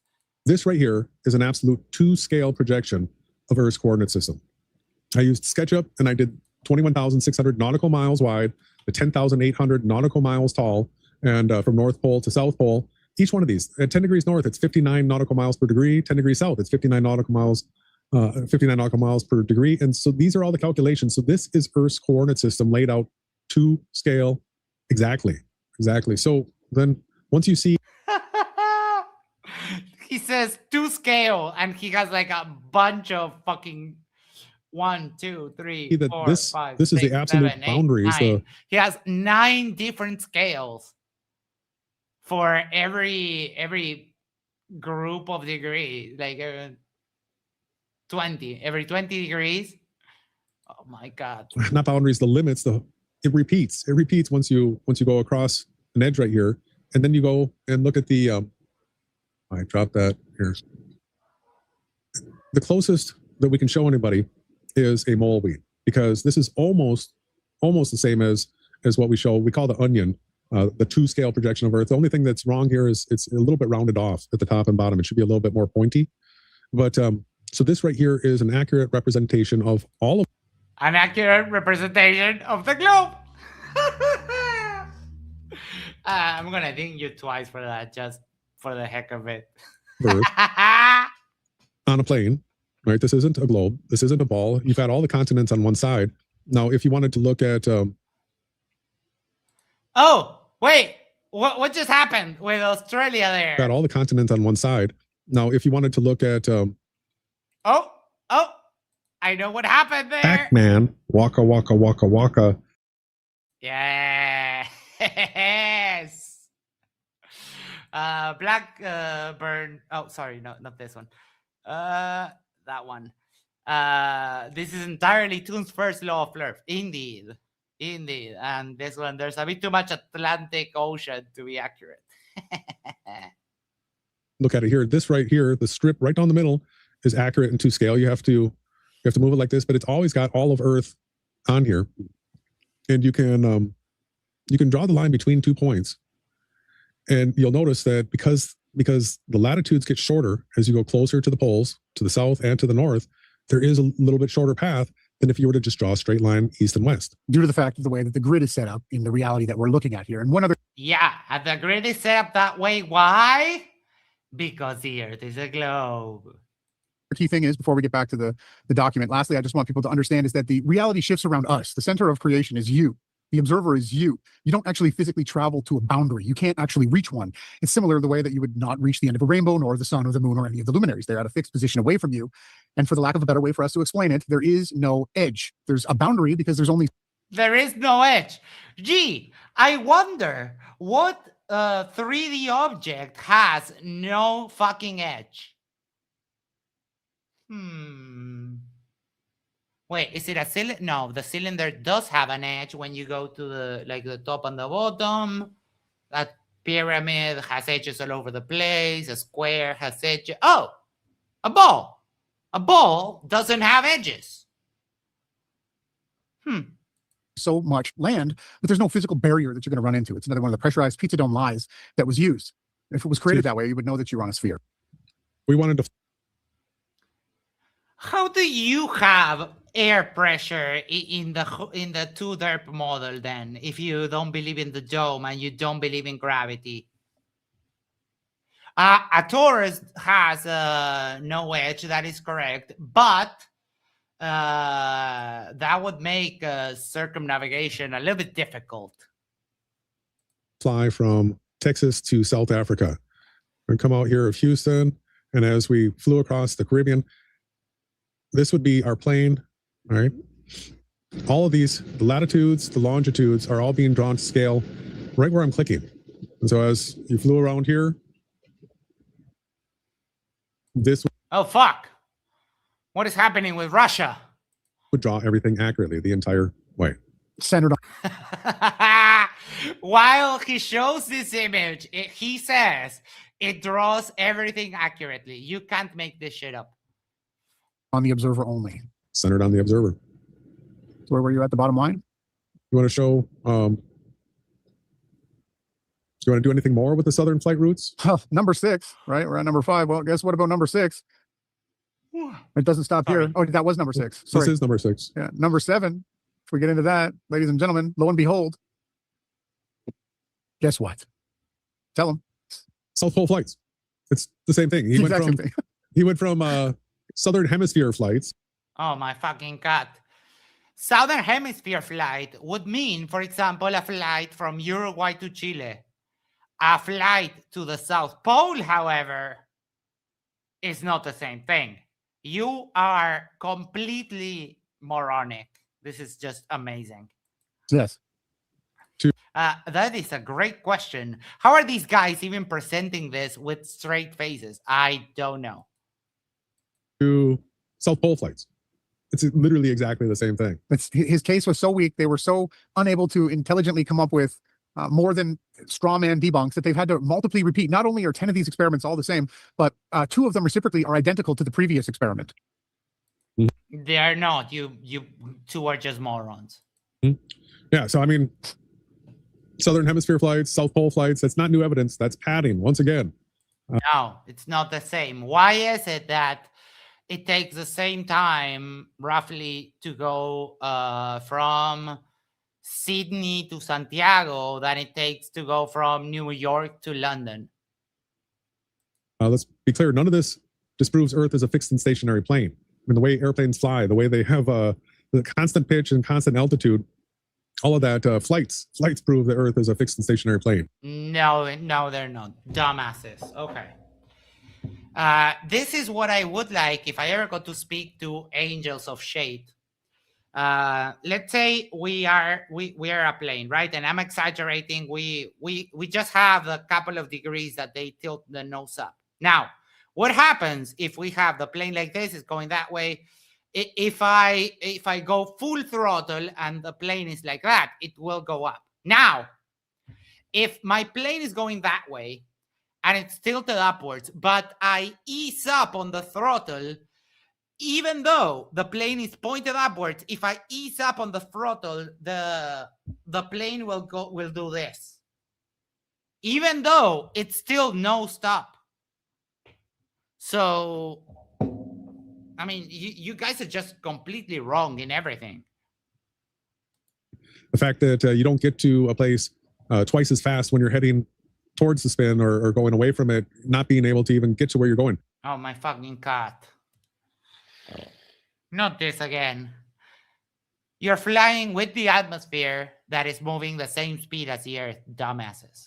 And that's the fact that at the equator, if you're flying 500 miles an hour to the east, the fact that you couldn't get to your destination and it would have to come up from behind you, stuff like that. So, so doubling up, it's the same experiment, 6 and 7, totally the same. Bottom line, this is just padding, still zero progress. So we'll go to another song break here as we're rounding the third half of the podcast, third section. Just so people know, this is... What I would say is that, yeah, if you call this just padding, what is it that you guys are doing? Just coping? Clearly the reason why MC Toon and Fight for the Fat Earth, why they clearly wouldn't debate us. This is why they ran, right? I don't know if they hacked into our computers and read the documents or if you screen shared it while you were on with Will and they caught wind of this. This is clearly not defendable. This is a joke. The fact that 10 of the 12 experiments are all the same straw man false dichotomy, right? Set up when simply, as soon as you show that there's a possibility that Earth could be flat but still have 2 poles, every single thing that Team Globe has, it disintegrates into dust. It flies. No, it doesn't. It scatters from the light like cockroaches. So let's do a song break, Jason, please. When we come back, I want you to get into this one's a little bit more interesting because Will's own drone footage debunked himself. Yeah, I've got 3D modeling for this one too. Oh, I can't. Shit. I fuck me. I'm so sorry. Damn, and now I lost where I was. Fuck. I'm so sorry. Here. Not only are 10 of these experiments all the same, but 2 of them reciprocally are identical to the previous experiment. Yeah, so I mean, Southern Hemisphere flights, South Pole flights, that's not new evidence. That's padding. Once again, let's be clear. None of this disproves Earth is a fixed and stationary plane. I mean, the way airplanes fly, the way they have the constant pitch and constant altitude, all of that, flights prove that Earth is a fixed and stationary plane. The fact that you don't get to a place twice as fast when you're heading towards the spin or going away from it, not being able to even get to where you're going. Oh my God, dumbasses. There is a difference. The math doesn't add up to it being twice as fast, but there is a difference when you go Sydney to Santiago than when you go Santiago to Sydney. And that's the fact that at the equator, if you're flying 500 miles an hour to the east, the fact that you couldn't get to your destination and it would have to come up from behind you, stuff like that. So, oh my fucking God. Blackburn Big Dragon says, I'm going to call bullshit on Toon and Craig running from them. Gotta lie to Flurf. Rubik's showed us the email chain in the last episode where they wanted the debate to be on their platform, and they also wanted Craig and Toon could select a moderator, but if the moderator did, they had like a list of things that if the moderator did X, then the Glovers lost. If the moderator said Y, then the Glovers lost. It was absolutely insane. They were playing on the moderator to be like actually part of the debate. So doubling up, it's the same experiment, 6 and 7, totally the same. Bottom line, this is just padding, still zero progress. So we'll go to another song break here as we're rounding the third half of the podcast, third section. Just so people know, this is clearly the reason why MC Toon and Fight for the Fat Earth, why they clearly wouldn't debate us. This is why they ran, right? I don't know if they hack into our computers and read the documents, or if you screen shared it while you were on with Will and they caught wind of this. This is clearly not defendable. This is a joke. The fact that 10 of the 12 experiments are all the same straw man false dichotomy, right? Set up when simply, as soon as you show that there's a possibility that Earth could be flat but still have 2 poles, every single thing that Team Globe has, it disintegrates into dust. It flies. The problem is that you can't show that. And I did get it. I just didn't want to say it. Take 7. It scatters from the light like cockroaches. So let's do a song break, Jason, please. When we come back, I want you to get into this one's a little bit more interesting because Will's own drone footage debunked himself. Yeah, I've got 3D modeling for this one too.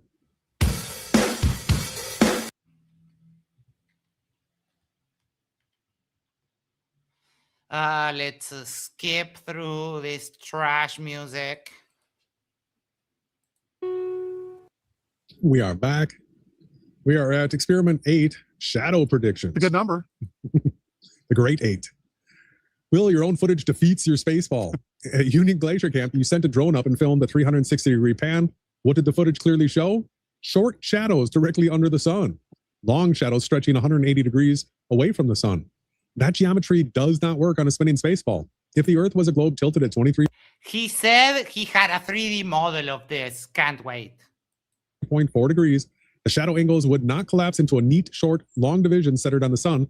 That math doesn't hold. The only way short shadows can exist like that at Union Glacier Camp is if the sun is local with an approximate radius of 15 miles from the drone's observation point. We've already... What? Okay. So the sun was 15 miles from the drone, while at the same time, it was like right here. The next day, it was over my head. Huh. Funny. Mike, yay, hello. Already documented this with full 3D modeling here. Let's go ahead and check out our prior coverage that we did of this. Oh, this is going to be derpy as hell. Getting closer. Pay attention to these shadows before they disappear, everybody. So we're doing a rotation. I want you to see the length of these shadows, and then as we come around closer and closer to where the sun is, look at how short they are. When we get around over here, you're going to see some amazing stuff. Big Fish is right. Totally ignoring the sundial shadows experiment they set up with predictions made before they went. Yeah, they won't touch that with a 10-foot pole, but they think that when Toon talks about the shadows, they're talking about this. They're not. They're talking about the other one, the sundial one, which has its own video. See the length of this shadow right here? You see where it's pointing? Draw that angle up in your eye, in your mind, and lo and behold, Oh, yeah. what do we have out here? We have hotspot, and we have almost no shadow, right? If you look at these mountains, they're casting almost. That is definitely 100% not the subsolar point. Because the subsolar point around this time, it would be very close to the tropic. This is just a glare in the snow, in the ice. No shadow whatsoever. It's very close, very tight, very tight. You can see. Yeah, because the sun is high up in the sky. That means The longer shadows over here from these mountains. The shadow's almost gone because guess where the sun is, everybody? It's like right up here. It has to be just behind these mountains. right up here. Seeing its light down for the shadow to be that short right there. So we're going to be going through so many biblical stereograph. We've got a model that we can show too. Let's see it. So this right here, let's make this a little bit bigger. Oh my God, I can't believe this. So this is a top-down view of like from Google Earth of this exact area. So this is where their camp was over here. This is the Mount Rossman. This is. Oh my God, I can't. Where can we hire this 3D animator? This is just insanely good graphics. I'm pretty sure that this is the guy that actually made all the CGI. This is where that hot spot was. You can see the sort of bluish ice here. Now I just have these words out here, mountains, but these are text. That this is an actual light in this modeling program that as I move the light, it's casting shadows. All right, so you can see if we have and the path of the sun here, I literally have it tilted exactly the way it is at 80 degrees south. So it's got that tilted path. So this is coming around over here to its lowest point when you're looking due south over here. So this is all modeled accurately, and you can see what happens with the shadows. So if I move around the scene here,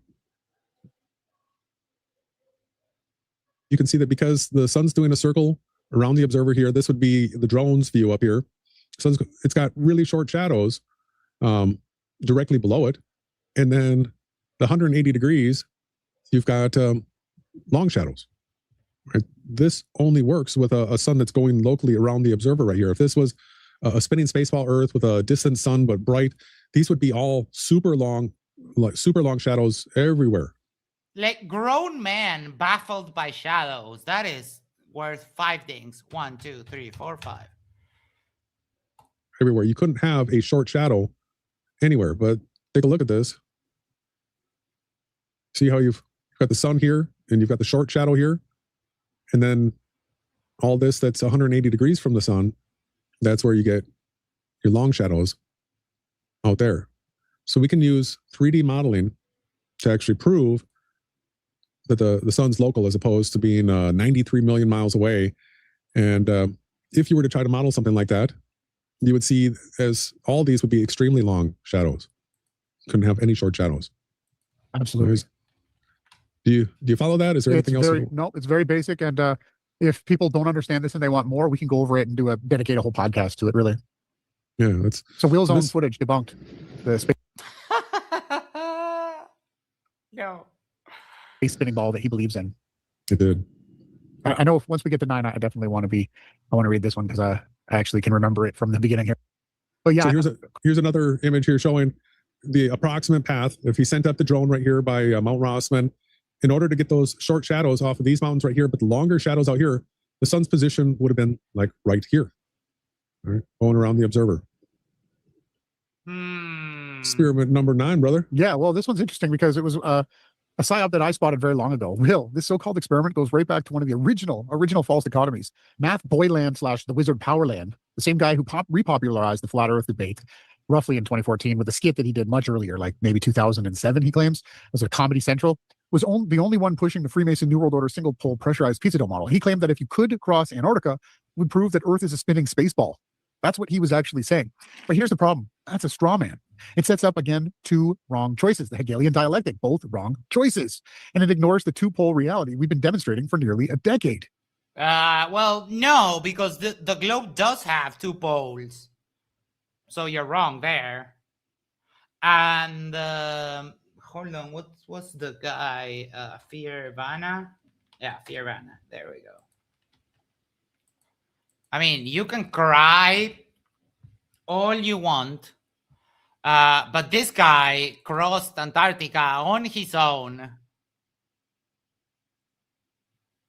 And if anyone is interested, you can read all about it there. But I was checking on this guy while he was doing his trek. And there was, there's a tracker. The tracker right now, it's broken because it has, when he went out, but it doesn't have any more. But he did cross the whole damn thing walking alone. Like a pair of brass balls this big. So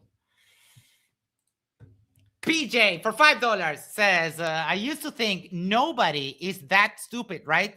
Then I came across Flurs. I no longer ask myself that question. Thank you so much. Oh, shit, I wasn't showing it. Oh, fuck. I'm sorry. I'm a little bit tired. Yeah, Akshay, I did share the link. Yes, it's there. You can look at it. It has the audio logs. It has everything. And he's not the only one. He's not the only one that has crossed Antarctica on his own. There's other people that have done it. So you can cry all you want. You can say it's a false dichotomy and all the copium you want. But this is true. Just anything else is just you coping.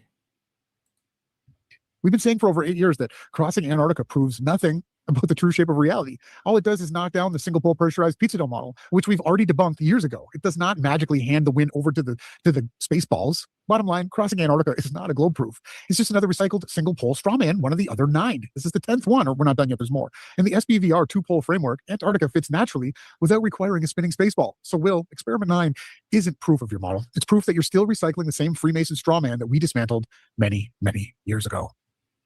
And you're going to handle 10. This is the only one that is a little different than the last 9. Yeah. Well, they were all different. You're just too stupid. But I mean, this one, what possible cope could they have with this? Yeah, well, and 12's a hair different as well. Yeah, I'll do 11. Yeah, so experiment 10, weight variation. Will, you call this weight variation experiment proof of globe rotation, curvature, and gravity. But your conclusion collapses immediately because you left out the most basic scientific requirements, controls. Here's what. What controls? You have a mass, you move it around the world, and you weigh it with the same scale. And that's it. That's a control. We already know weight variation is a real phenomenon, but the cause is not latitude. It's altitude and air pressure. At sea level, air pressure is about 14.7 psi. As you rise in altitude, air pressure drops, and with it, the buoyant force acting on object changes. That produces measurable variation. I'm sorry, the what? The buoyant force. You mean like in water?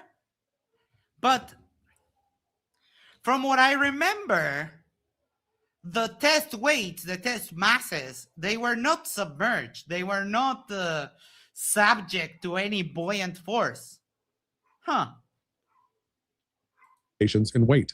Likewise, variations in altitude themselves matter. The higher above sea level, the weaker the effect of the drop algorithm in SBVR. Oh, my fucking cat. So gravity, right? Gravity.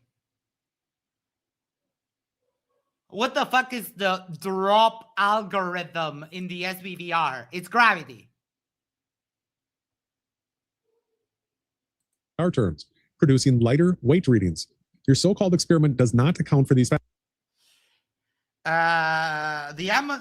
No. Gases have buoyancy with respect to each other, But it's because of gravity, not because of the drop algorithm. Factors. You cannot claim latitude as the variable while completely ignoring altitude and air pressure. Without controls, your conclusion is not valid science. It's assumption.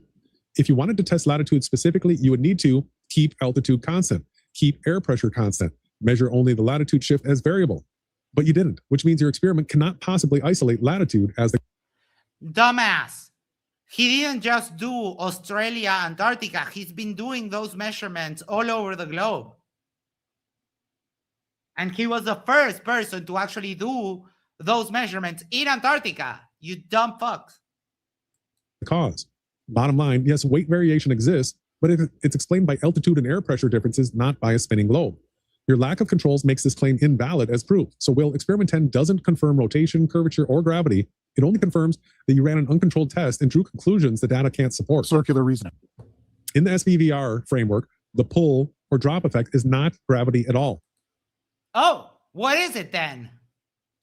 It is program fall constant. Fall. Oh, my fucking cat. I don't know if you're aware, but he's just saying the translation to this in layman's terms is God goes downity.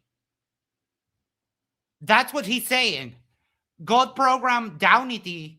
So now everything, like if it was a game, everything falls at this rate. The problem is that what Critical Think proved is that not everything falls at this rate. That when you change latitude and altitude, those things change because they're part of the equation. They're part of what gives us the local gravity. A set value that determines how fast objects accelerate when released. In imperial terms, the F-fall rate is 32.174 feet per second squared. How did you derive that? In metric, 9.8 meters per second squared. Oh, wait, is that a derpling? Oh, we have a derpling.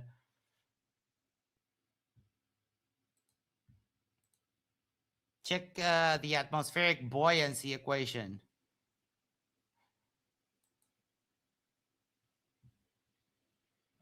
Atmospheric buoyancy equation. But that applies to like gases, right? Buoyancy force, weight of the object in empty space minus weight of the object immersed in fluid.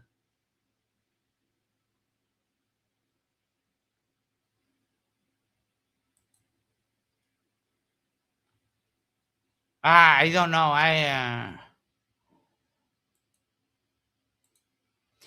Wait, hold on, because we have a derpling here. Jim West says, no earth curve, no ball earth. Okay. Okay, I got you.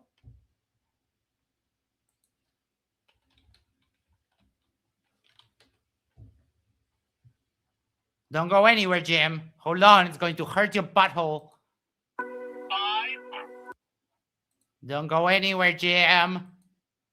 Oh, so just to set you straight, this guy, Kip, built his own rocket, built it himself, built his own rocket,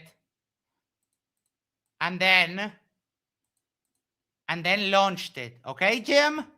Pay attention, focus. Launched a rocket, a 2-stage amateur rocket, all right? Launched it. So it's going up, it's going up, it's going up. Oh, we're seeing some curve there. But I know that won't be enough for you, Jim, because you're very dumb. So check it out. Oh, more look at that sexy curve there. Oh, so good. Oh, more curve.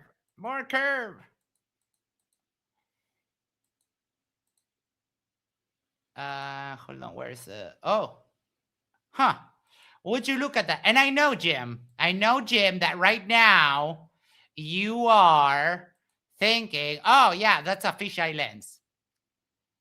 The problem is, dear lovely Jim, that it's not a fisheye lens because we do have here this rocket flew two GoPro Hero 9s with modified rectilinear lenses. So Jim, there's the curve. Oh, now measure Earth surface. Oh, Jim. You asked for it, you got it. Plumb lines, not parallel. There we go, Jim. There we go. So we have this guy.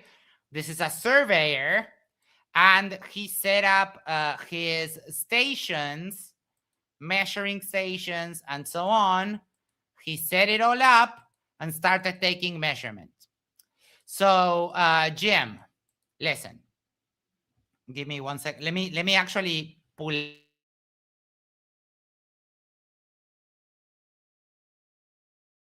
up an illustration for you, because I know. Let me explain to you, Jim boy. All right, my PowerPoint is opening up. My PowerPoint is opening up. Here we go. There. All righty. What?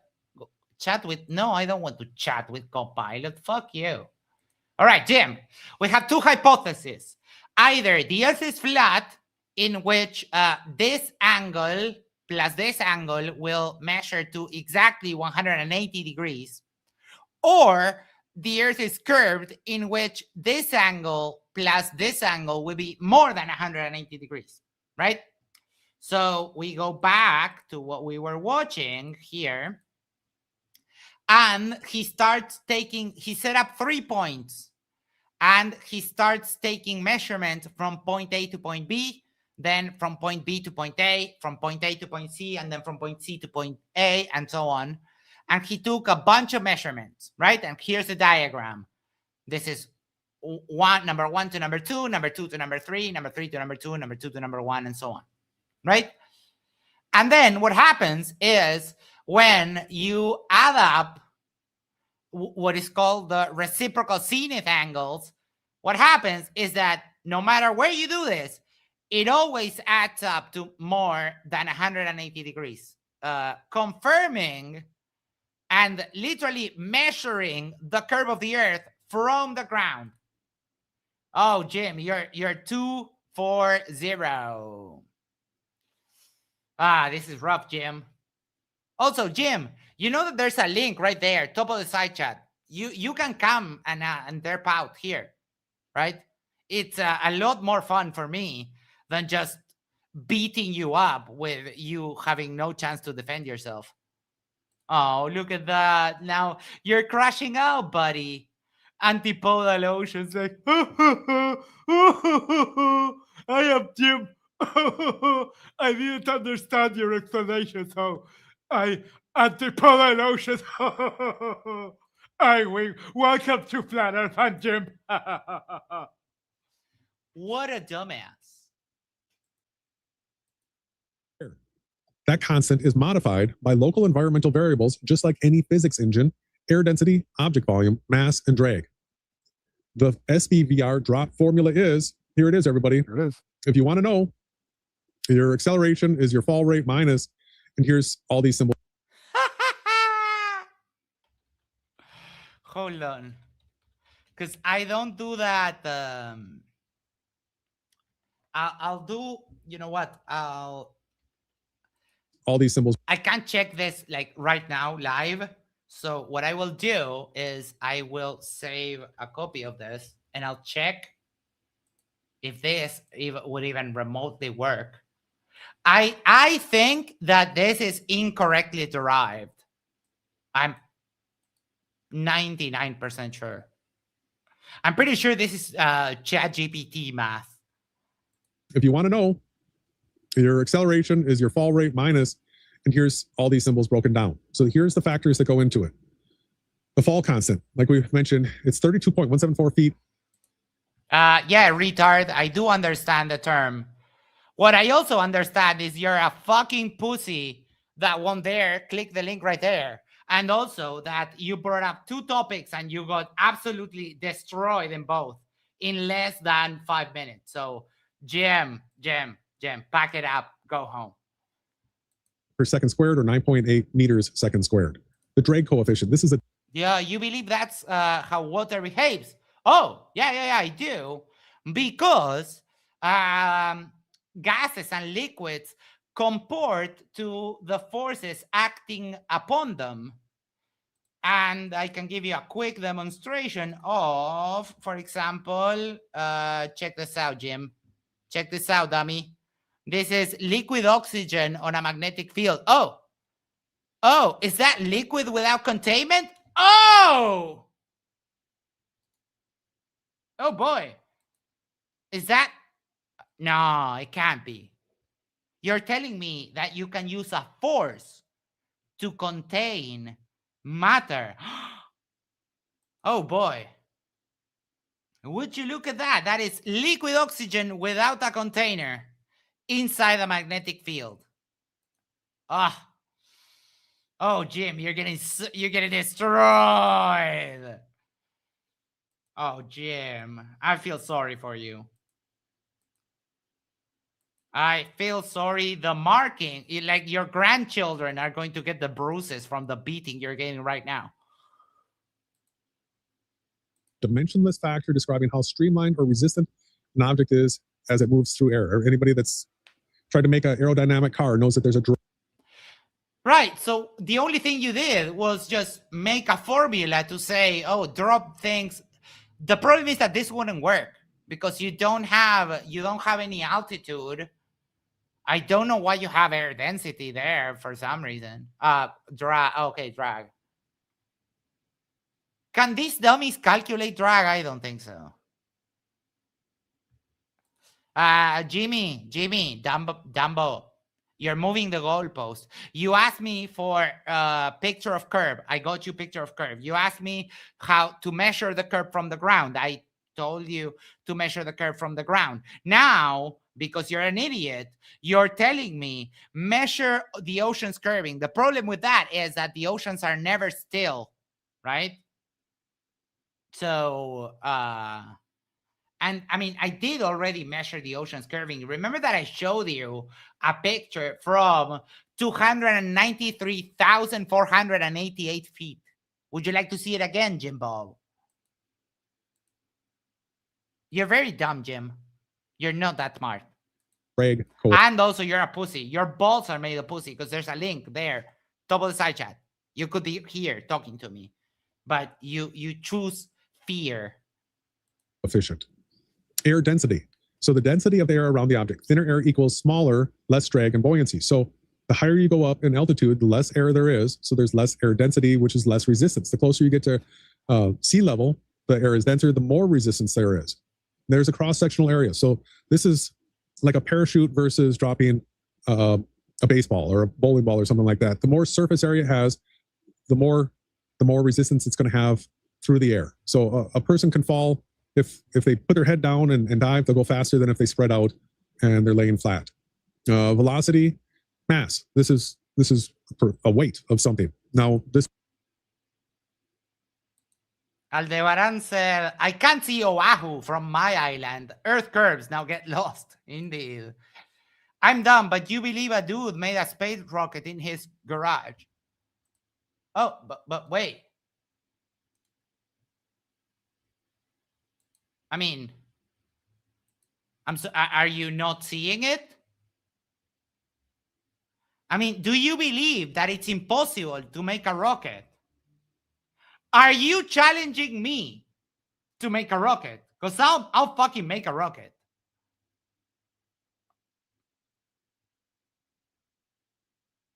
I'll make a fucking rocket, Jim. And I'll aim it straight at your asshole.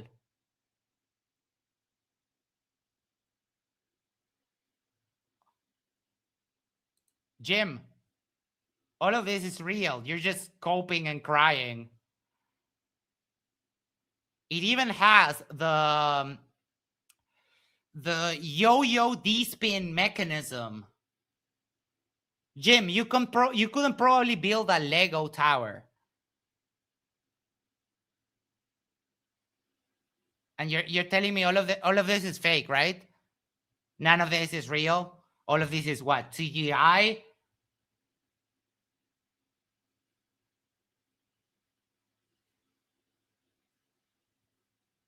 I don't know. I'll just let it play until Jim decides to cope some other way. Oh, would you look at that? They're putting carbon fiber in the fins to make them stronger. Huh. I wonder what that is. Oh, Jim. This guy. I forgot what accent I was doing for Jim. Hold on. It was a very. Oh, this guy vacuum fairy tale is fake. I'm Jim. I say stuff and I think I can debug science. Like, you think. Wait, no. Where was it? Hold on. I'm dumb, but you think a dude made a space rocket in his garage. I'm Jim. Jim, you're a complete idiot. Tell me, Jim, is all of this is fake? It's not going to a second law thermodynamic violation. Motherfucker. Jim, pussy boy. Where is the container between the bottom of Mount Everest at 1 atmosphere of pressure and the top of Mount Everest at 0.3 atmospheres of pressure? Where is the container between that? Because you can walk from the bottom to the top of Mount Everest, and as you climb, the pressure drops and drops and drops. Where is the container separating the pressures, Jim boy? Where is it? Where is it, dumbass? Let me go back.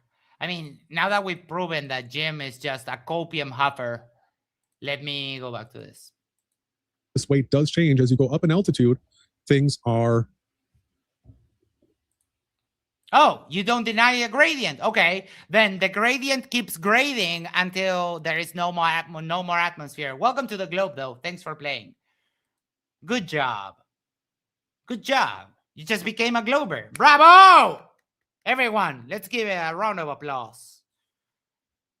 I mean, things are lighter at sea level and heavier as you go up in the air. No, Jim, boy, it's not a cool story. You just admitted that there is a pressure gradient. The gradient just keeps getting lower and lower and lower until there's no more air. You just admitted that the Earth is a globe. Good job. Good job. Because of their air actually has a buoyancy force to it. We actually sort of float in the air the closer we are to sea level. The higher we go, the more we weigh. It's the other way around. It's the other way around. Your weight, which is defined as your mass times your acceleration, as you go up, that acceleration becomes less. So you weigh less.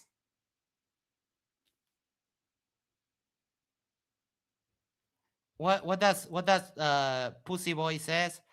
Demonstrate gravity acting on gas. Oh, okay. Jim, let me tell you.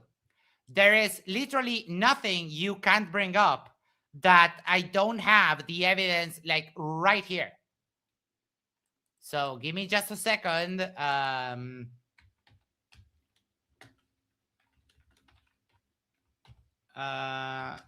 One moment, please.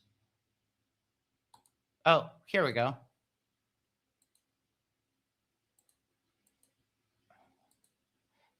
This one is bad quality, but it's the one that we can share without getting demonetized. So Jim, the dumbass, asked, demonstrate gravity acting on gas. So here we go. Are you paying attention? Open your eyes and shut your fucking mouth, Jim. Oh, wait. Bubbles don't usually float like that.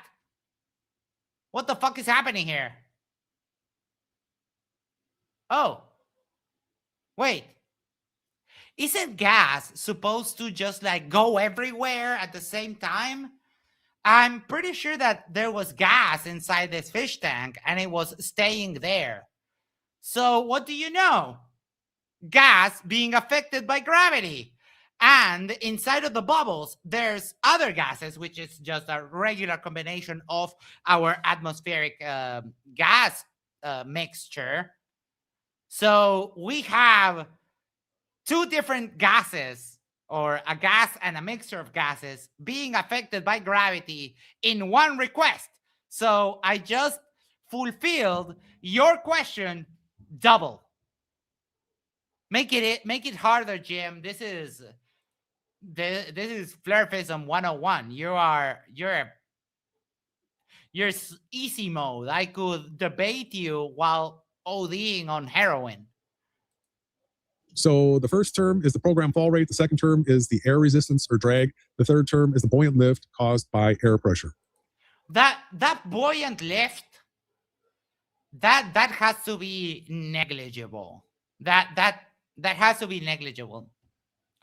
One would think that if you have an object and the atmosphere is making it the atmospheric pressure is causing it like an upward force. I think that because there's air all around it, if it's causing an upward force, it's causing a downward force. It should be like negligible.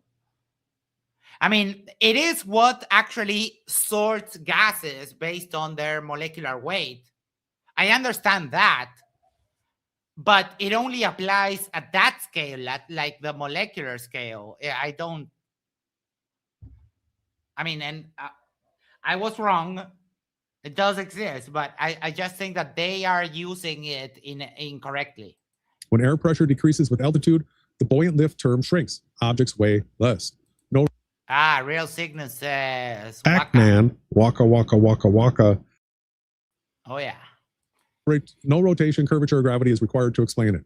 Your so-called experiment does not control for these factors. You cannot claim latitude is the cause while ignoring altitude and air pressure. Without control, your conclusion is not science, it's assumption. Oh, love the copium. Bottom line, weight variation is real. It's caused by air pressure and altitude, not globe rotation. It's not mass attracting mass. In the SPVR model that's fully explained by the program fall constant interacting with the atmosphere, your latitude claim, therefore, is invalid, just misidentified experimental effect. Again, it's appropriation. It's the stealing of the concept fallacy again of the way things are actually programmed to work. Where are you going now? Oh, you mean like you are doing the fallacy of stolen concept for the double pole, which is basically just a way to flatten. Oh my fucking god! Is this serious? Is this fucking serious? Guys, I don't know if you realize this, but their Google search is, how are the physics in games like Angry Birds created? Oh, Jim is from the Flat Earth 24/7 Discord. Oh. You're part of a Discord and yet you're scared to debate like a fucking pussy ass bitch? Huh. I'll go to that server and own it in like an hour. I just want to show people physics in video games, physics in a virtual reality. Yeah. So in a virtual reality, in a video game, think of the game Angry Birds. This was one of the... Oh my fucking god. No, what you're here. Go debate me here. Click the link, pussy ass bitch. Click the link, you coward. It's right there. You know what? I'll make it easy for you. I'll paste it here. Everyone, give him the link for a little bit so he understands that he is the pussy ass bitch here, not me. He came to my show, puffed his chest, got like absolutely beaten up, and now is like, come to my server to debate. Like, yeah. Fuck you, Jim. First games to really popularize a physics engine within it. And so... Motherfucker, all games have physics engines on them. That's how you move. even if you go to the first game, let's say, oh yeah, Jim, you got destroyed. You brought up 3 copiums to which I had the evidence ready. I took less than a minute to bring up the evidence in each case. Yeah, you lost. And you wouldn't score a single point against me, you dumb fuck. If you make a video game and you don't apply a weight or a mass to something, if you don't have any sort of set variables, you don't need to apply weight. You don't. Gravity doesn't work in games the way that it works in reality. You do not need to program the mass of an object. Let's say, what was the GTA? San Andreas. GTA San Andreas. You could become very obese. You could eat to the point that your character model actually became like super obese, right? But if you jumped from a building, it would take the same time as when you were, for example, starved, right? But because that game had a body mechanic mask, but it didn't register your actual mass because the game doesn't need to do that. You just identify an object and make it go to the floor until it meets a wall, and that's it. Like, it's starting to get egregious that you're talking about shit you literally know nothing about, like absolutely nothing. character were to drop something, it wouldn't fall, right? It has to have a programmed rate at which it's going to fall. So Angry Birds was one of the first ones where it really gave a mass to the bird. It gave structural strength to the structures. And so you can read through stuff like this, the rigid body and collision, each game object, like a bird or a block, is treated like a rigid body with physical properties. It has initial velocity and trajectory, and they call it gravity, but it's not mass attraction. They call it gravity. Oh boy, you guys love the fallacies. You know what fallacy that is? That's a cherry picking fallacy, because you're appealing to them. But oh no, they yeah, birds go down, go boom boom. Attracting mass within a program, right? All of that is program variables where a given size is given a certain type of mass to it. It's not gravity that pulls the bird in towards the ground in the game. So physics is... Motherfucker, it says it right there. It says it right there. Game physics is weak AF to mention and cringe. I agree here. Oh. Yeah, but you think the earth is flat, so who cares? The real thing within all video games, within all virtual realities. And what we're saying is that on Earth, the reason why things fall isn't because they're being pulled by a mass.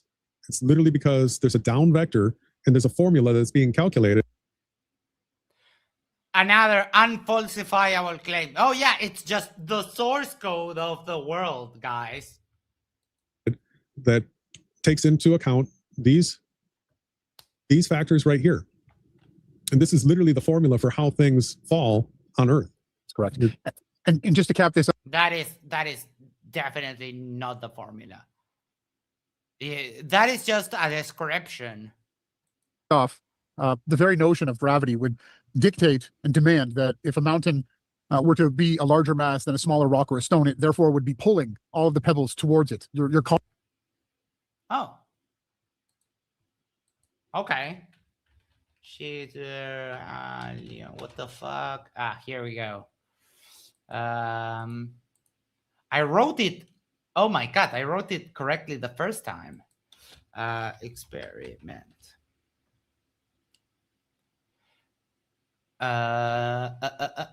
Here we go.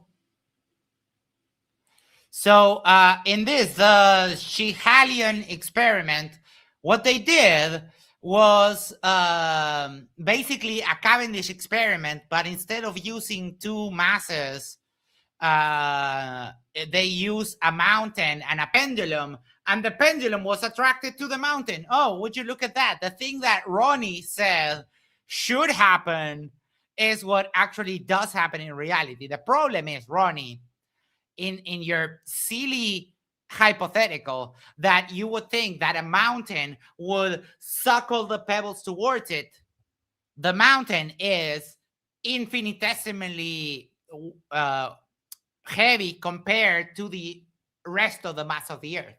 So the downward acceleration towards the Earth is actually way more than it would be for any kind of mountain. So what you're talking about, Ronnie, could never exist in reality.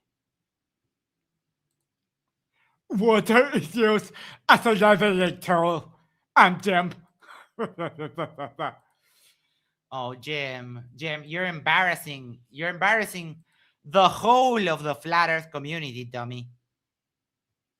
Car should actually roll towards larger mountains if you were to be parked at the bottom of them. No one has ever demonstrated something attracting another. Hold on.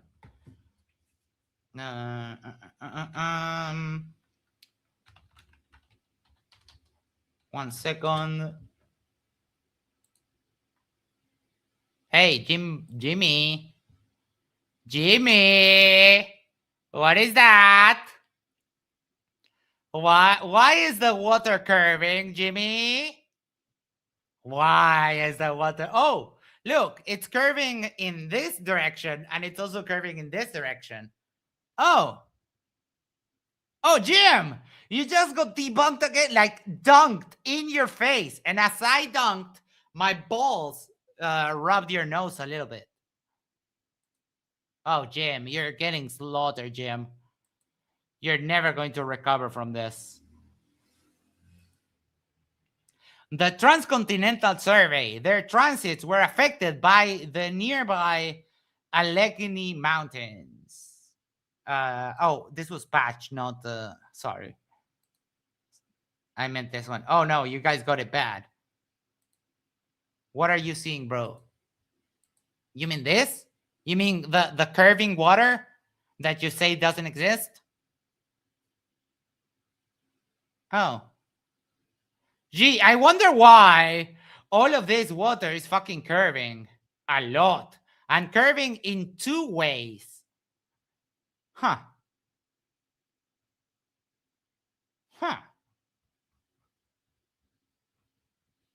And then we also have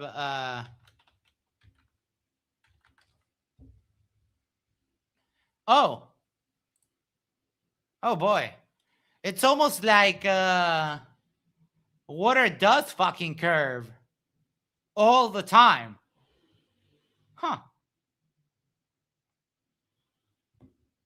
Gee, who would have thunk it?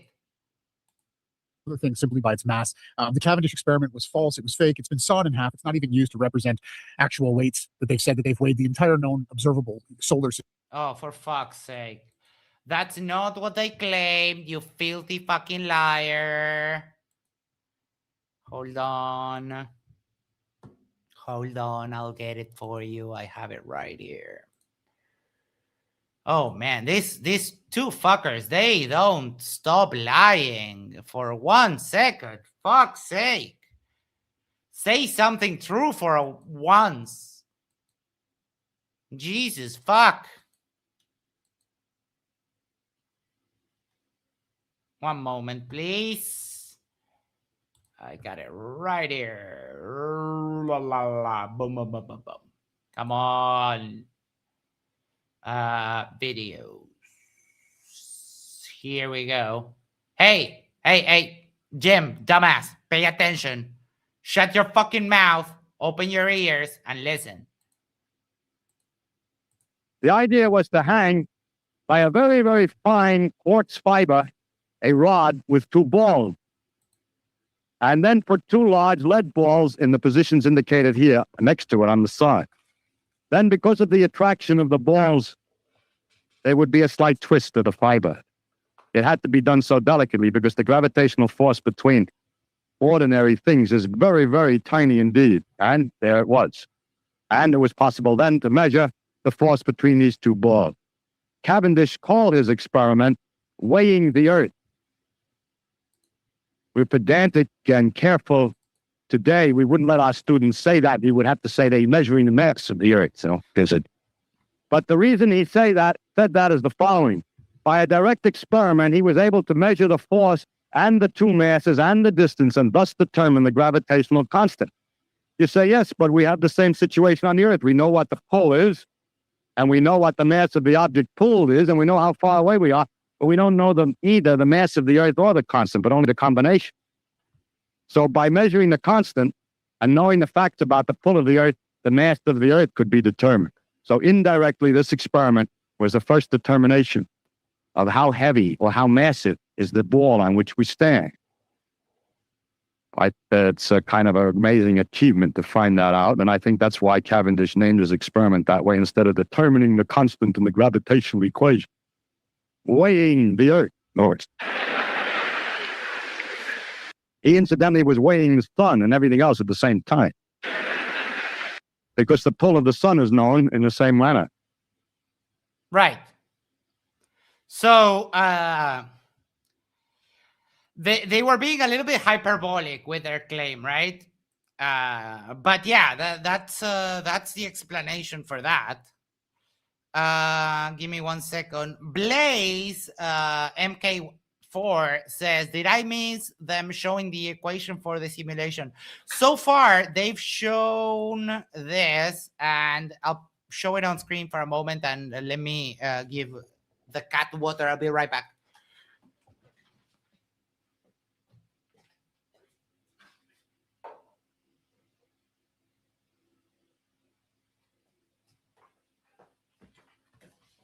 Sorry about that. The cat stands in the kitchen sink and then asks me to open the faucet for him. So this is the formula that they showed. And if you go back on the video, there is they defined all the variables and they have it. And if you want the original video, I can give you that link too. But yeah, this is what they say is how falling is programmed on their virtual reality nonsense. Motherfucker, there is a constant. Like, Feynman just finished explaining this shit to you. What a dumb fuck.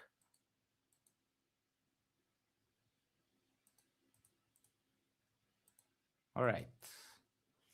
System off of. So great breakdown of this, Jason. Number 11, we're going to get into the distance between meridians again. Well, this so-called experiment is not just another weak point. It's actually the core straw man behind nearly every single claim that you've made throughout your final experiment. You say distance between meridians proves curvature, but that logic is what fuels at least 10 of your 12 experiments, quote unquote, that aren't scientific in any way. In reality, it's just another recycled false dichotomy trap, either spinning globe or Freemason single pole pressurized pizza dome. Here's the truth. We rejected the single pole dome years ago. We embraced the two pole system upon a fixed and stationary Earth, which we all observe, every single living beings. And yet you, instead of engaging with this reality, you keep rebranding that same straw man as quote unquote. It's not a straw man, dumb fuck.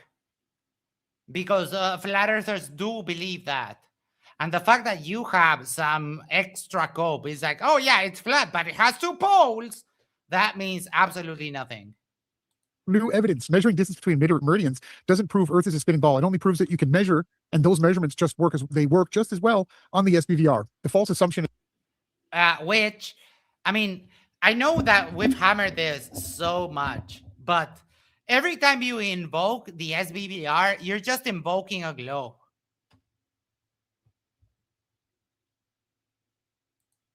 No, Dumbo.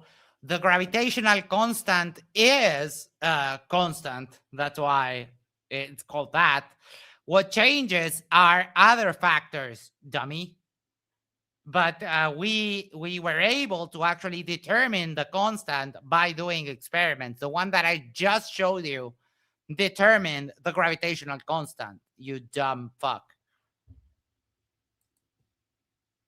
Is pretending they require curvature. There's no curvature when you measure with your trundle wheel, and trundle wheels aren't even that accurate. Bottom line, experiment 11 is the foundational straw man of trundle wheels are not that accurate. I mean, for what they were measuring, it was accurate enough. They didn't need like laser perfection for this. Most of 10 of your 90% of your list. It doesn't prove curvature. It's circular reasoning assumes it. And once again, you're not moving forward. You're actually circling back to the same false dichotomy we've already demolished. So No, you haven't demolished anything. I think that you couldn't demolish a box of donuts. So calling this evidence doesn't strengthen your case. It exposes your entire final experiment project is built on one recycled straw man, repackaged, not one, not two, not three, not four, 10 different ways. Oh boy. That could be it. Hold on. Let me show Jimmy Ocean.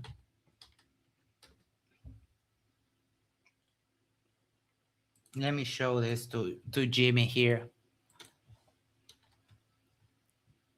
Jimmy, got another one for you.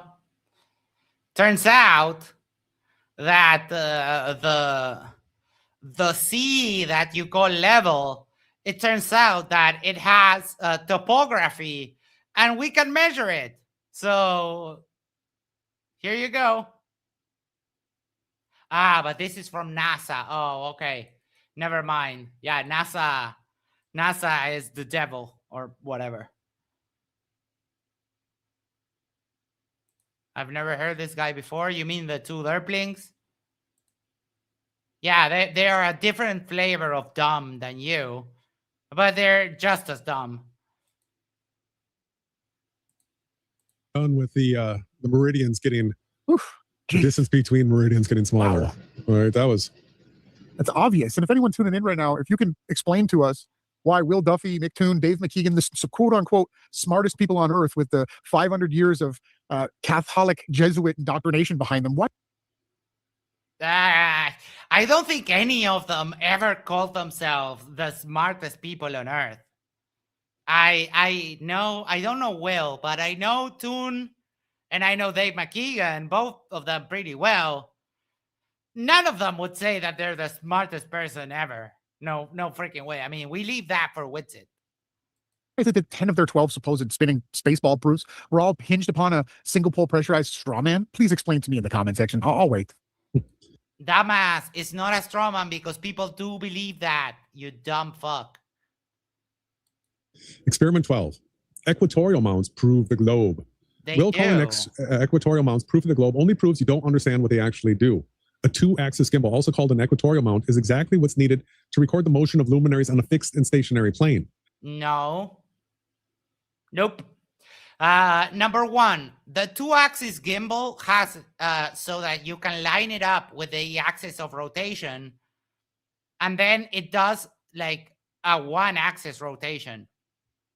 On a flat Earth, you would need both of those axes to move at the same thing. Oh, I'll keep telling myself whatever I want because you're a fucking pussy that didn't click the link right there on the top of the side chat. So thank you for conceding that you are a pussy and that flat Earth has less than nothing. Luminaries rotate around the observer. They rise from the plane and set into the plane in their circle of sight. Their paths follow the observer's circle of sight determined by elevation above sea level. That's why equatorial mounts work perfectly in the SVVR framework. On the other hand, a spinning, wobbling spaceball would require a three-axis gimbal because you'd have to correct for Earth's supposed spin on its axis. You'd also have to correct for Earth's supposed... Nope, that is not correct. You counteract the spin, you counteract the axis by lining up, by aiming the mount at somewhere. And then it just rotates on the other axis to counteract the rotation of the Earth, you dumbass. ...would wobble, and then there would be parallax. Someone had sent me a video. Who was it? Well, someone had sent me a video of an EQ mount. Give me 1 second. Of an EQ mount working actually. I forget where it is. Damn.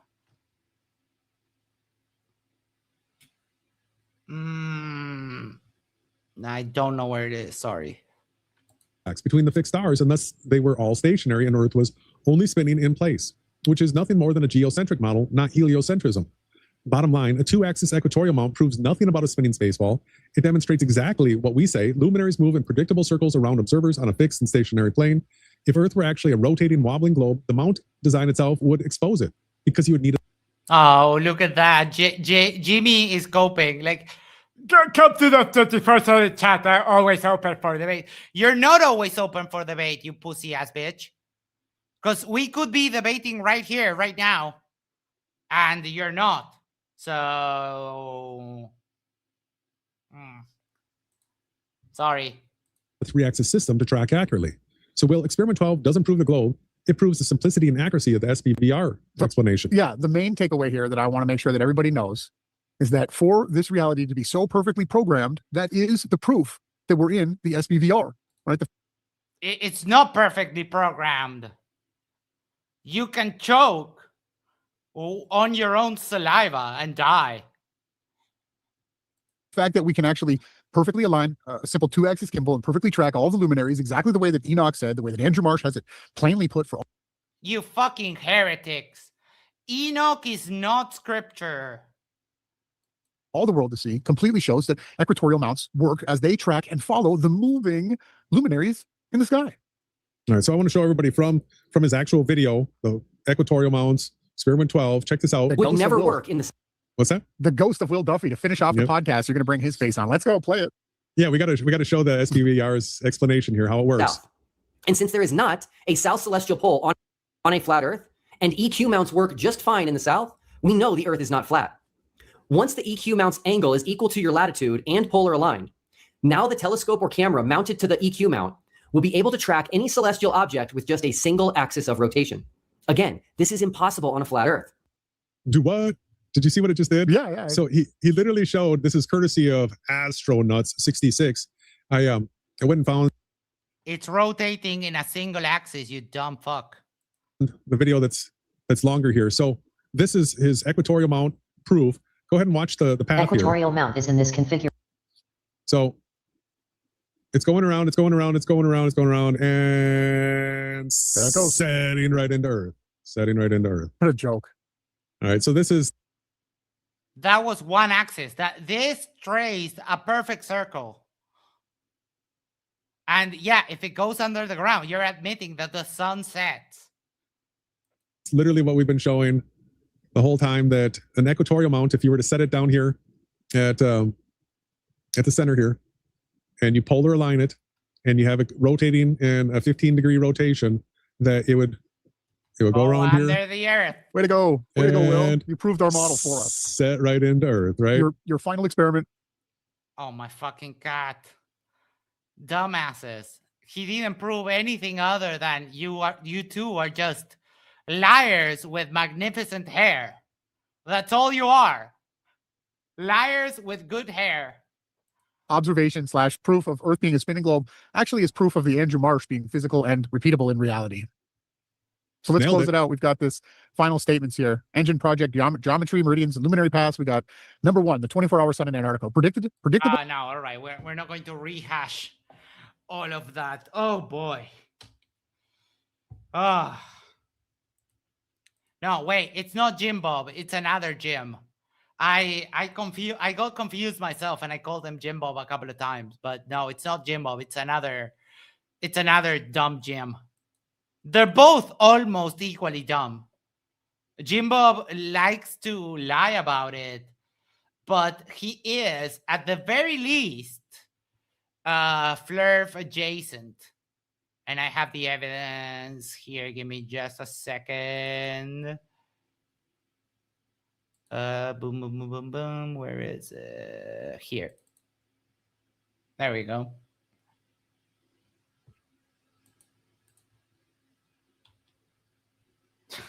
Jimbo Dumbo, then. Yes. I mean, this Jimbo sent this super chat onto the Dave Weiss. No, sorry. Professor Dave and Whitsitt debate. Jimbo, for $4.99, what physical properties does space-time have such that it can bend? And I mean, Jim Bob, if that is not being a flurf, I mean, it hit the goal, like the goal stick. I don't know what you call it. Oh boy. Jimmy, oh, you're still crashing out. Isn't that adorable? Well, Jim, sorry to tell you, the Earth is not flat. You showed that you had nothing. You have less than these two dummies that we were watching just now. You show that just like flat earthers, you're all cowards. You don't dare debate. You have no evidence. You have nothing. All you have is nuh-uh and asking like completely, like literally stupid questions. So yeah, Jim, come back anytime. I'll just hand your ass back to you on a silver platter again. It's no problem. Yep. And with that, people, thank you so much for hanging out with me this lovely Sunday night. Before we go, make sure to do the social things, like, share, subscribe, send this to a friend, send this to your significant other, go to the corner, yes, the corner of your street, and just subscribe to Share About the Dogs. And that way we can share the love for the channel. Let's see what dumb thing Jim has to say for the last part. I have natural law and water. Jim, but I showed you. You said water doesn't bend, and I showed you water bending, literally. So no, you don't have natural law. I cooked you on the second law of thermodynamics. I can do it again if you want. And you also don't have water because I cooked you on water too. So, people, thank you so much for everything. Love you all. We have a debate tomorrow. Isa is debating with Apostate Prophet, Junior, and some other derpling. Be sure to tune in. Oh, you're on video. I showed your message on video, dumbass. You did say that water is flat and the water doesn't bend. The water doesn't curve.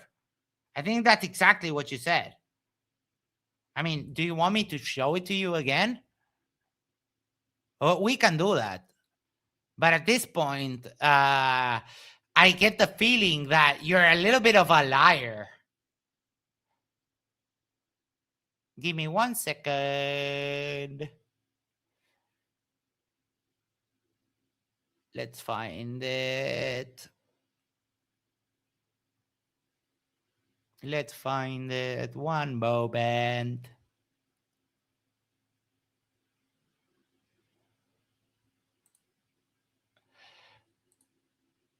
So, I'm sorry. Did you just try to lie to my fucking face on a video where I can literally show your fucking messages on screen? Are you that disconnected from reality? Dumb fuck. You did say it didn't bend. You say it's flat, right? That means it's bent. It's not bent. Oh boy. Oh boy. That's why it can be used as a leveling tool. Yeah, the problem is that you lied because water is not flat. It's level. But level means curved. We always, I mean, we all know that. All right, Jim, you have less than nothing. So I'm completely bored of you just raging in the chat and not having even one testicle to click that link and come here. So, Jim, we're going to wrap it up for tonight. Thank you so much, Jim. Have fun with him if you see him around. You know, we don't like cowards too much. So if you come puffing your chest, you better be ready to click that link or face the consequences.